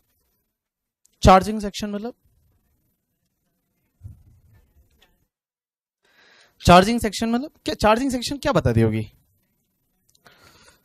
चार्जिंग चार्जिंग चार्जिंग मतलब किसी भी चार्जिंग सेक्शन। जैसे एक एग्जांपल लेता हूं मैं, इधर देखो, अभी मैं आपको 5 हेड पढ़ा रहा था। इनकम फ्रॉम सैलरी हेड में इनकम कब आएगी? तो उसकी एक चार्जिंग सेक्शन होती है, सेक्शन नंबर 15। हाउस प्रॉपर्टी की चार्जिंग सेक्शन होती है सेक्शन नंबर 22। बिजनेस की चार्जिंग सेक्शन होती है सेक्शन नंबर 28। कैपिटल गेन की चार्जिंग सेक्शन होती है 45(1). चार्जिंग सेक्शन यह बताती है कि भैया इस हेड में इनकम कब आएगी। तो सेक्शन 15 में लिखा हुआ है कि एम्प्लॉय एम्प्लॉयर का रिश्ता होना चाहिए, और अगर एम्प्लॉय एम्प्लॉयर का रिश्ता है, आपको सैलरी मिलती है, तो वो यहां पे जाएगी। तो वो एक चार्जिंग सेक्शन है। चार्जिंग सेक्शन यह बताती है कि चार्जेबिलिटी के इस पर्टिकुलर हेड में इनकम कब आएगी। या अब मैं पढ़ा रहा हूं इनकम टैक्स की चार्जिंग सेक्शन कि भाई इनकम टैक्स कब लगेगा। भाई ये इनकम टैक्स लगेगा कब? जैसे मेरे को इनकम टैक्स लगता है, आपको इनकम टैक्स नहीं लगता, आपकी कोई इनकम नहीं है, आपको इनकम टैक्स नहीं लगता, तो इनकम टैक्स लगेगा कब भाई? कब इनकम टैक्स लगेगा? तो ये पूरे इनकम टैक्स एक्ट की चार्जिंग सेक्शन है। तो इनकम टैक्स एक्ट की चार्जिंग सेक्शन देखिए क्या बोलती है। इसी पे अपन आज के लेक्चर का काफी वाला पार्ट है, वो सिर्फ इसी पे डिस्कशन करेंगे। यहां दे रखा है कि इनकम टैक्स से charge for the every assessment year. ये पहले तो ये असेसमेंट ईयर क्या होता है, प्रीवियस ईयर क्या होता है, इस पे अपन डिस्कशन कर लेते हैं, आपको इजीली समझ में आ जाएगा। इधर देखिए, मुझे एक बात बताओ, मैं आपको पढ़ा रहा हूं तो मैं इनकम कमा रहा हूं? हां, कमा रहा हूं कि नहीं? मैं आपको पढ़ा रहा हूं, मैं इनकम कमा रहा हूं। तो आज मैंने आपको पढ़ाया तो मैंने आज भी इनकम तो कमाया। मैं जैसे ही इस दरवाजे के बाहर जाऊंगा, क्या इनकम टैक्स वाला बाहर ही बैठा है कि मुझे टैक्स दे भाई, टैक्स दे, तूने इनकम कमाया, मुझे टैक्स दे, अभी का भी टैक्स दे। तो क्या वो मुझे अभी का भी टैक्स लेता है क्या मेरे से? कब लेता है टैक्स? टैक्स कब लेगा? टैक्स कब लेगा? कब लेगा टैक्स? वो टैक्स ले तो नहीं रहा है, मतलब बाहर तो बैठा तो नहीं है, अभी का भी टैक्स तो नहीं ले रहा। टैक्स कब लेगा? राइट आंसर इज, वो जो टैक्स लेता है वो टैक्स लेगा अगले साल। क्या होगा? अगले साल। मतलब अगले साल, जैसे इस साल में आप जो इनकम कमा रहे हो, मैं जो अभी इनकम कमा रहा हूं, मैं आपको पढ़ा के, या मेरी जो अभी इस साल में इनकम हो रही है, अभी का अभी मुझे टैक्स नहीं भरना, या अभी का अभी मुझे इनकम टैक्स रिटर्न फाइल नहीं करना, मुझे अगले साल करना पड़ेगा। तो एक चीज ध्यान रखना, पहली चीज तो मैं आपको बता दूं, इधर देखो सब लोग, हमारे इनकम टैक्स में जैसे मान लो ईयर होते हैं, एक तो आपका होता है कैलेंडर ईयर होता है, और एक होता है फाइनेंशियल ईयर। कैलेंडर ईयर किसको बोलते बताओ ना? कैलेंडर ईयर मींस ऐसा ईयर जो 1 जनवरी से चालू होता है एंड 31 दिसंबर को कंप्लीट होता है, that is called calendar year. मैं बता दूं, हमारे इनकम टैक्स में कैलेंडर ईयर से कोई मतलब नहीं है, गोली मारो। कैलेंडर ईयर जो है उससे कोई लेना देना नहीं है। हम इनकम टैक्स में कैलेंडर ईयर देखते ही नहीं है। जनवरी से दिसंबर क्या है? तेल लेने गया। क्या कहा? वो क्या बोलोगे? तेल लेने गया। बोलो, तेल लेने गया। इंग्लिश में बोलते गोज टू बाय ऑयल। क्या बोलेंगे? Goes to bye oil. तो calendar year goes to bye oil. Calendar year से हमको कोई भी लेना देना नहीं है। हम यहां पे जो देखते हैं that is the financial year. अब एक चीज समझना, फाइनेंशियल ईयर क्या होता है? फाइनेंशियल ईयर कब चालू होता है? जो 1 अप्रैल से चालू होगा एंड 31 मार्च को कंप्लीट होगा, that is called financial year. अब एक चीज समझना, जो ईयर होता है फाइनेंशियल ईयर, हम हमेशा बेसिकली 2 साल देखते हैं। एक तो जिस साल में आप इनकम कमाते हो, एक तो जिस साल में हम इनकम कमाएंगे, तो मैं यहां पे लिख रहा हूं ईयर ऑफ इनकम, और दूसरा जिस ईयर में हम उस पे टैक्स भरेंगे, जिसको बोलेंगे अपन year of tax. Year of tax, या जिस दिन में हम लोग, जिस साल में जाके हम रिटर्न भरेंगे, that is called year of tax. एक चीज ध्यान रखना, जिस ईयर में आप इनकम कमाते हो उसको बोला जाता है प्रीवियस ईयर। क्या बोला जाता है? Previous year. जिस ईयर में आप इनकम कमाते हो उसको बोला जाता है प्रीवियस ईयर, या शॉर्ट में हम इसको बोलेंगे पीवाई। लेकिन जिस ईयर में आप उस इनकम पे टैक्स भरते हो ना, उस ईयर को बोला जाता है असेसमेंट ईयर। बोलो क्या बोला जाता है? Assessment year.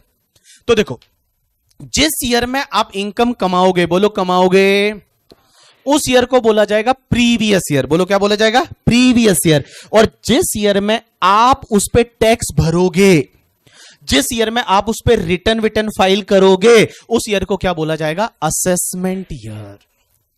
अब आप मुझे बताना, आपके एग्जाम के लिए आपके जो फाइनेंस एक्ट 2024 जो अभी आया, एक बात बताऊं, ये फाइनेंस एक्ट जो है इसके लिए आपका प्रीवियस ईयर होता है 2024-25 एंड 2024-25 कब से चालू होगा? आपका 1 अप्रैल 2024 से चालू होगा एंड 31 मार्च 2025 को कंप्लीट होगा।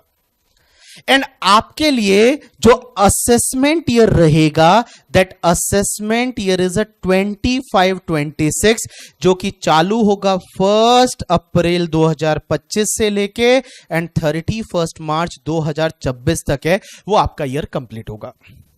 देखो वापस से, हमारे यहां पे जो ईयर है वो दो तरह के होते हैं, calendar and financial.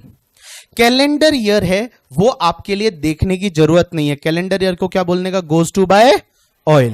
Goes to bye oil मतलब तिल लेने गया। दूसरा financial year.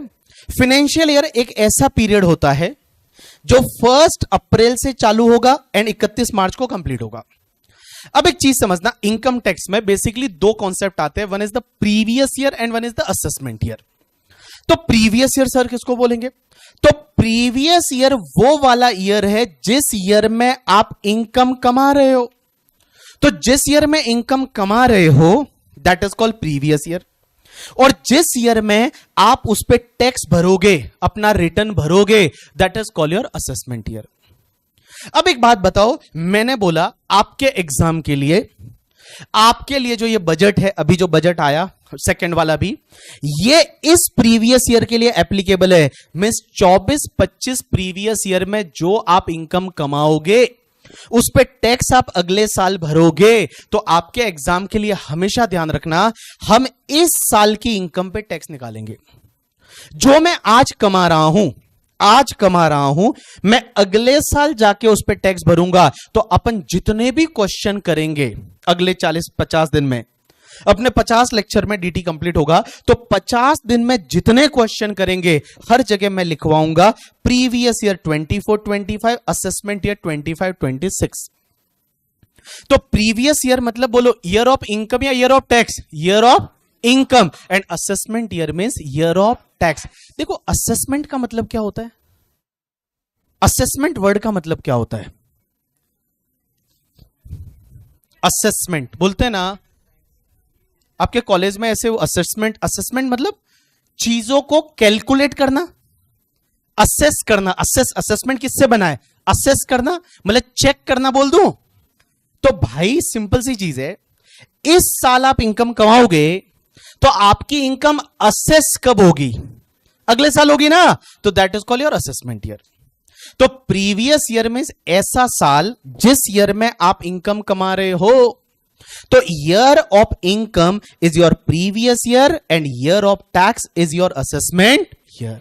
And previous year 24-25 है आपके लिए एंड असेसमेंट ईयर आपका 25-26 हो जाएगा।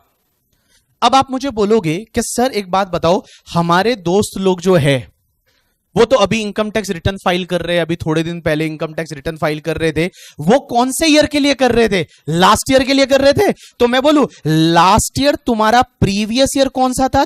23 24 और उसका असेसमेंट ईयर कौन सा है 24 25। तो अभी जो असेसमेंट ईयर 24 25 जो पीरियड चल रहा है इसमें रिटर्न कौन से ईयर के फाइल हो रहे हैं लास्ट ईयर के। कौन से ईयर के फाइल हो रहे हैं लास्ट ईयर। समझा कि नहीं समझा, समझा कि नहीं समझा। तो देखो प्रीवियस ईयर का मतलब कौन सा ईयर बोलो, year of income, year of income. And assessment year means year of tax. तो जिस ईयर में आप टैक्स भरोगे that is the assessment year, और जिस ईयर में आप इनकम कमाओगे that is called your previous year.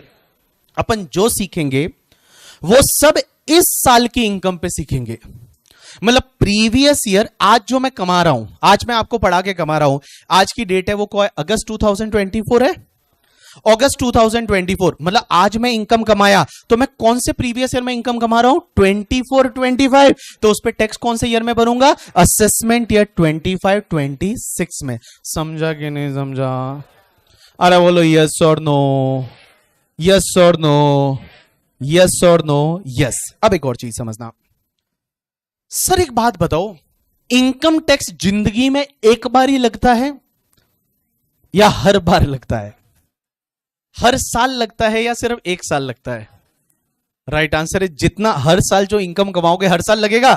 तो चार्जिंग सेक्शन क्या बोलती है, देखो income tax is charge for the every assessment year. Her assessment year के लिए इनकम टैक्स लगता है। इनकम टैक्स हर असेसमेंट ईयर के लिए लगता है। हर असेसमेंट ईयर के लिए इनकम टैक्स लगेगा। मतलब प्रीवियस ईयर में जो इनकम कमाओगे असेसमेंट ईयर में उस पर टैक्स भरना है। और एक बात बताऊं, ट्रिकी बात समझना, जितने भी अमेंडमेंट होते हैं ना इनकम टैक्स में, जब भी बोला जाता है वो कभी भी प्रीवियस ईयर वाइज बात नहीं होती, हमेशा बात असेसमेंट ईयर वाइज होती है। तो जितने अभी निर्मला सीतारमण जी ने अमेंडमेंट किए हैं, जितने भी निर्मला सीतारमण जी ने अमेंडमेंट किए हैं ना बजट में, ये अमेंडमेंट में ऐसा नहीं लिखा हुआ कि ये प्रीवियस ईयर 24-25 पे लगेगा, ऐसा नहीं लिखते। लिखते टाइम क्या लिखते हैं कि ये अमेंडमेंट असेसमेंट ईयर 25-26 से एप्लीकेबल है। क्या बोलेंगे असेसमेंट ईयर, और असेसमेंट ईयर 25-26 मतलब प्रीवियस ईयर 24-25 पे वो अमेंडमेंट लगेगा या नहीं लगेगा? लगेगा ना। क्योंकि ये लोग क्या बोल रहे हैं कि जितने भी अभी जो अमेंडमेंट हुए इस बजट में वो अमेंडमेंट एप्लीकेबल होंगे असेसमेंट ईयर 25-26 से। तो असेसमेंट ईयर 25-26 का मतलब यह हुआ कि प्रीवियस ईयर कौन सी बात हो रही है 24-25। तो प्रीवियस ईयर 24-25 के लिए भी वो अमेंडमेंट एप्लीकेबल हो जाएगा। अब एक बात बताऊं, इनकम टैक्स एक्ट 1961 जो मैं बता रहा था, why this is applicable from 1 अप्रैल 1962, क्योंकि ये असेसमेंट ईयर 62-63 के लिए है। तो असेसमेंट ईयर 62-63 मतलब प्रीवियस ईयर 61-62। तो 61-62 में जो इनकम कमाओगे उस पे ये लग जाएगा या नहीं लग जाएगा? लग जाएगा, लग जाएगा। इनकम टैक्स में हमेशा बात की जाती है असेसमेंट ईयर वाइज। जितने भी आपको मैं बताऊं, इस बार जो बजट आए उस बजट में जितने भी जो अमेंडमेंट थे, ये देखो आपका मैं बताऊं, जैसे एग्जांपल के लिए ये बजट जो आता है ना, उस बजट के साथ में आप लोग बहुत बार ऐसे सोचेंगे आगे जाके जब मैं पढ़ाऊंगा कि सर को ऐसे कैसे पता चलता है कि ये अमेंडमेंट क्यों लाया है, इसकी जरूरत क्या थी, इसका लॉजिक क्या है, वो सर को कैसे पता चलता है? क्या सर कोई जादूगर है? Answer is no. आपको बताऊं, हर बजट आता है ना, उस बजट के साथ में एक डॉक्यूमेंट आता है जो हम लोग बच्चों को नहीं बताते करके, ठीक है? क्योंकि बच्चों को बताएंगे तो बच्चों को खुद को पता चल जाएगा, अच्छा ये अमेंडमेंट हमको पता है, इसका लॉजिक ये है। वो अमेंडमेंट का लॉजिक डिपार्टमेंट देता है, उसको बोला जाता है memorandum explaining to the finance bill. और ये वो डॉक्यूमेंट है memorandum explaining the provision of the finance bill, जिसमें लॉजिक दिया जाता है कि भाई ये अमेंडमेंट क्यों ला रहे हैं, इसकी क्या जरूरत है। तो वो सब चीजें इसमें दे रखी होती है। एंड गाइस जब इसको पढ़ेंगे ना तो इन्होंने बताया है कि ये अमेंडमेंट क्यों ला रहे हैं, क्या रीजन है, क्या जरूरत है, ये सब चीजें इसमें दे रखी होती है। तो हम लोग जब आपको पढ़ाते हैं तो हम यहां से पढ़ के पढ़ाते हैं। हम लोग ये मेमोरेंडम एक्सप्लेनिंग जो बिल है इसको हम पढ़ते हैं और जब पढ़ के हम आपको पढ़ाते हैं करके, ठीक है? जैसे आपने इस बार ऐसा एक सुना था कि आपको पता है जो एंजल टैक्स है वो अब हटा दिया गया, ऐसा सुना? एंजल टैक्स या कंपनियों पे एक टैक्स लगता था एंजल टैक्स, वो हटा दिया गया। अब एक बात बताओ, वो हटा दिया गया इस सेक्शन में अमेंडमेंट किया, लेकिन यहां क्या लिखा हुआ है देखो कि this amendment is applicable from assessment year 25-26। देखो इस लाइन, लास्ट लाइन को समझना, this amendment is propose to be made effective from 1 April 2025। एक बात बताओ, 1 अप्रैल 2025 तो अगले साल आएगा, बट ये असेसमेंट ईयर वाइज बात कर रहे हैं, तो असेसमेंट ईयर 25-26 मतलब ये अमेंडमेंट प्रीवियस ईयर 24-25 पे लगेगा। समझा कि नहीं समझा? क्योंकि जब भी लॉ में, टैक्स लॉ में बात होती है, वो हमेशा असेसमेंट ईयर वाइज बोलते हैं कि इस असेसमेंट ईयर से लग रहा है, बट बेटा इस असेसमेंट ईयर का मतलब ये हुआ कि प्रीवियस ईयर आपके 24-25 पे ये लग जाएगा। समझा कि नहीं समझा? अरे बोलो यस और नो। तो चलो अपन बात कर रहे हैं ईयर की। ईयर में दो तरीके के ईयर होते हैं, one is the calendar year, but calendar year को क्या बोलने का, गोज टू बाय ऑयल। दूसरा फाइनेंशियल ईयर। फाइनेंशियल ईयर में एक होता है प्रीवियस ईयर, एक होता है असेसमेंट ईयर। जिस ईयर में आप इनकम कमाते हो उस ईयर को क्या बोलोगे? अरे बोलो क्या बोलोगे? और जिस ईयर में आप उस पर टैक्स भरोगे उसको क्या बोलोगे? Assessment year. आपके एग्जाम के लिए प्रीवियस ईयर कौन सा है? 24-25। मतलब 24-25 में जो इनकम कमा रहे हो उस पर टैक्स कब भरोगे? असेसमेंट ईयर 25-26 में। समझा कि नहीं समझा? अब एक चीज समझना, ये जो असेसमेंट ईयर है ना, ये हमेशा 12 मंथ का ही होगा। भाई सीधी सी बात है, जो हमने इनकम कमा ली उसके बाद असेसमेंट ईयर अगला साल, तो अगला साल ऑलवेज आपके 12 मंथ का होगा। कितने महीने का होगा? 12 मंथ। प्रीवियस ईयर जो है, जिस ईयर में इनकम कमा रहे हो, वो भी 12 मंथ का ही होता है, लेकिन इसका एक एक्सेप्शन है कि अगर कोई बंदा है जिसने नया बिजनेस चालू किया है या नया सोर्स ऑफ इनकम आया है, तो उसके लिए जो प्रीवियस ईयर है ना, वो 12 मंथ का नहीं होगा। उसके लिए वो प्रीवियस ईयर है, वो उस डेट से स्टार्ट होगा जिस डेट से नया बिजनेस चालू किया है। जैसे मैं एक एग्जांपल लेता हूं, मान लो हमारा एक बंदा है, आपका नाम गायत्री, कार्तिक, ओके मैंने सोचा गायत्री, अरे तो तूने बोला कार्तिक तो मेरे को लगा गायत्री, ऐसे मतलब सुनाई वैसा ही दिया, तुमको भी वही सुनाई दिया था। हाँ ये देखो, लड़की को भी गायत्री सुनाई दिया था। तो एक बंदा है जिसका नाम है मिस्टर कार्तिक। मिस्टर कार्तिक। अब एक बात समझता, कार्तिक है, ये कुछ नहीं करता है, ठीक है, कुछ नहीं करता, मतलब ऐसे ही बैठा है, अभी तक कुछ नहीं कर रहा। इसने नया धंधा चालू किया, बिजनेस चालू किया। सो नया बिजनेस चालू किया, पहले कुछ नहीं करता था, नया बिजनेस चालू किया 10th of December 2024 से। तो लॉ मेकर्स बोलते हैं इसके लिए जो प्रीवियस ईयर ये वाला है, ये 1 अप्रैल 2024 से चालू नहीं होगा, क्योंकि उस दिन तो बिजनेस था ही नहीं। तो इसके लिए प्रीवियस ईयर चालू होगा फ्रॉम द 10 दिसंबर 2024 से, और इसका ये प्रीवियस ईयर इनकम वाला कंप्लीट कब होगा? 31 मार्च 2025। एंड असेसमेंट ईयर आपका ऑब्वियसली 25-26 रहेगा, जो कि 12 मंथ का होगा। तो असेसमेंट ईयर हमेशा 12 महीने का होता है, प्रीवियस ईयर 12 महीने से कम का हो सकता है अगर आप पहली बार कोई धंधा चालू करते हो या पहली बार कोई इनकम का सोर्स वगैरह आता है। तो जब वो धंधा चालू हुआ या इनकम आई, वहां से तुम्हारा प्रीवियस ईयर चालू होता है। समझा कि नहीं समझा? अरे बोलो यस और नो। तो देखो चार्जिंग सेक्शन पढ़ रहे हैं, बोलो चार्जिंग सेक्शन। चार्जिंग सेक्शन बोलती है कि income tax is charge for every assessment year, हर साल लगेगा। It is charge on every person. अब आप बोलोगे पर्सन क्या होता है? सर एवरी पर्सन मतलब ये पर्सन है, मैं पर्सन हूं, तुम भी पर्सन हो, सब पर्सन है अपन, हर किसी पे इनकम टैक्स लगता है। अब आपका डाउट होगा कि सर शिरडी वाले साईं बाबा पे इनकम टैक्स लगता है, यानी वो पर्सन में आएंगे या नहीं आएंगे? सर कंपनी जो है उस पे इनकम टैक्स लगेगा या नहीं लगेगा? सर अगर मान लो देवी देवता है, उनको इनकम टैक्स में मतलब इनकम टैक्स वो भी पर्सन में आएंगे या नहीं आएंगे? हम देखेंगे पर्सन का डेफिनेशन में क्या क्या आता है थोड़े टाइम बाद। It is charge on the total income earned by person in the previous year. आप जो प्रीवियस ईयर में कमा रहे हो उस पे ये इनकम टैक्स लगेगा। एंड इनकम टैक्स की रेट कहां दे रखी है? रेट दे रखी है फाइनेंस एक्ट में। तो फाइनेंस एक्ट में इनकम टैक्स की रेट दे रखी है, उस रेट से आपको टैक्स भरना है on the income earn in the previous year, और टैक्स आपको कब लगेगा? In the assessment year. समझा कि नहीं समझा? अरे बोलो यस और नो।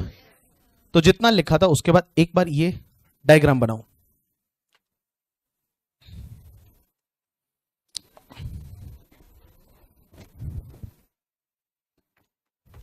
सुभाजित भाई साहब, आयुषी, कुणाल,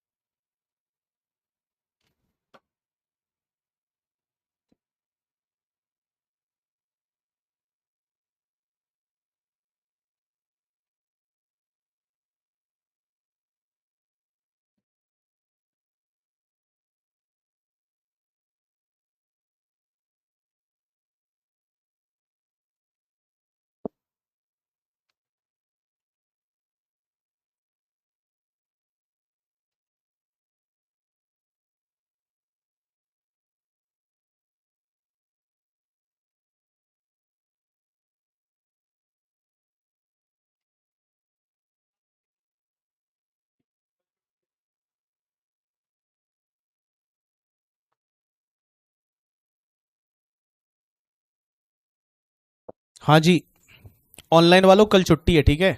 कल मत आ जाना, लैपटॉप चालू मत कर लेना, ठीक है? तो कल तुम्हारी छुट्टी है, एंजॉय करो, मंडे से फिर पढ़ेंगे। यश, शिखर भाई, पीयूष, ईशा, मानस, चलिए। यस यस मानस, यस।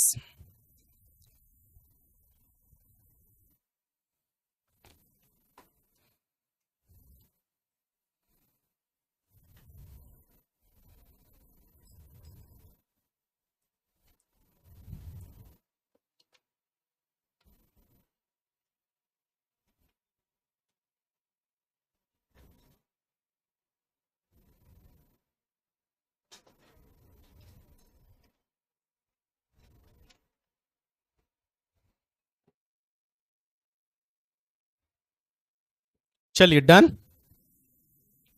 एक लाइन छोड़ के लिखिए। हाँ ब्रेक देना है, मुझे पता है। हाँ अरे मुझे पता नहीं यार, पता वन कितना टाइम हो गया यार, 2 घंटे हो गए, ब्रेक ही नहीं दिया। ओ भाई साहब, भूल ही गया मैं तो ब्रेक देना था। तो भूल गए तो भूल गए, क्या फर्क पड़ता है करके, ठीक है। हाँ चलो, असेसमेंट ईयर प्रीवियस ईयर की डेफिनेशन लिख लेते, फिर दे देता हूं, ठीक है। चलिए लिखो एक लाइन छोड़ के, सेक्शन 2 ब्रैकेट में 9, सेक्शन 2 ब्रैकेट में 9 को क्या बोलेंगे? Clause, clause, section 2 clause 9। लिखो assessment year, assessment year, assessment year, dash करके या नेक्स्ट लाइन में जैसा भी आपको लिखना है लिखो। It means period of 12 months, it means period of 12 months, it means period of 12 months, commence every year, commence every year on 1st April, commence every year on 1st April, and, A N D पहले लिखना, and, A N D, उसके बाद लिखना and, E N D, and on 31st March। आपने लिखा it means period of 12 months commence every year on the 1st April and on 31st March, full stop. Next line में लिखो income earned in previous year, income earned in previous year, income earned in previous year is taxed, taxed, taxed in assessment year. Income earned in previous year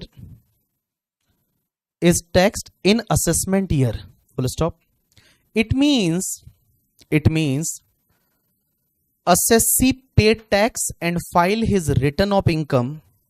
It means assessee pay tax. It means assessee pay tax and file his return of income. His return of income in assessment year. In assessment year. Assessment year. Full stop. Next line में लिखो income earn in PY 24-25, income earn in PY मतलब previous year 24-25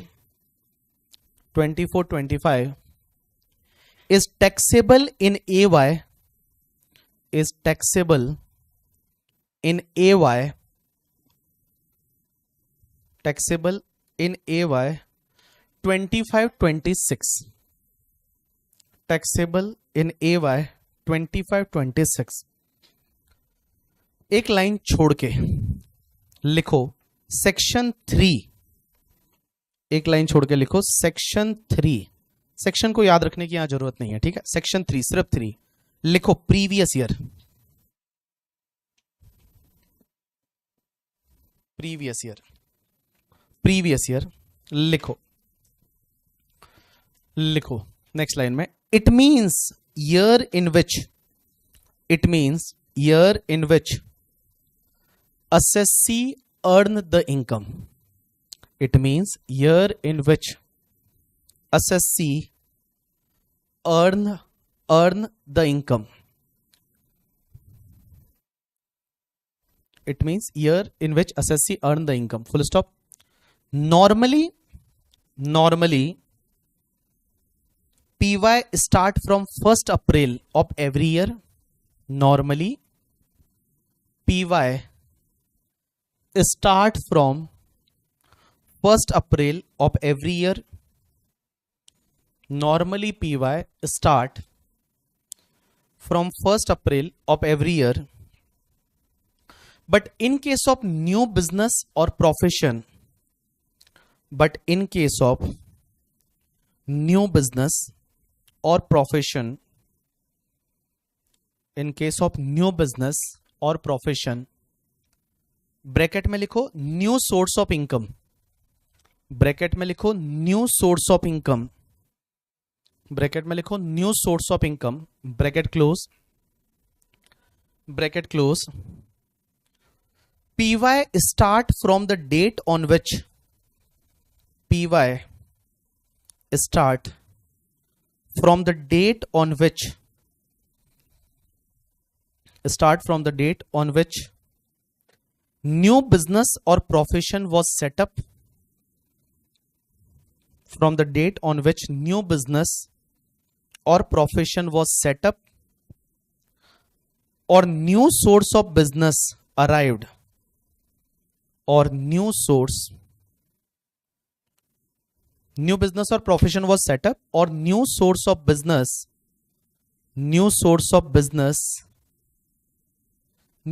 of business की जगह लिखो new source of income, new source of income, new source of income arrived, arrived या arise, arise लिख लो. New source of income arise till 31st March, till 31st March of that year, till 31st March of that financial year, till 31st March of that financial year या that year.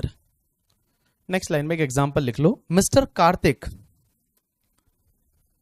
Kartik started business, Mr. Karthik started business on 10 December 2024,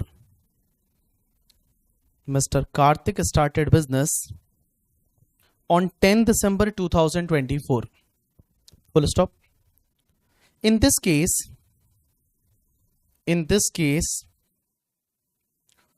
PY 2425, in this case, PY 2425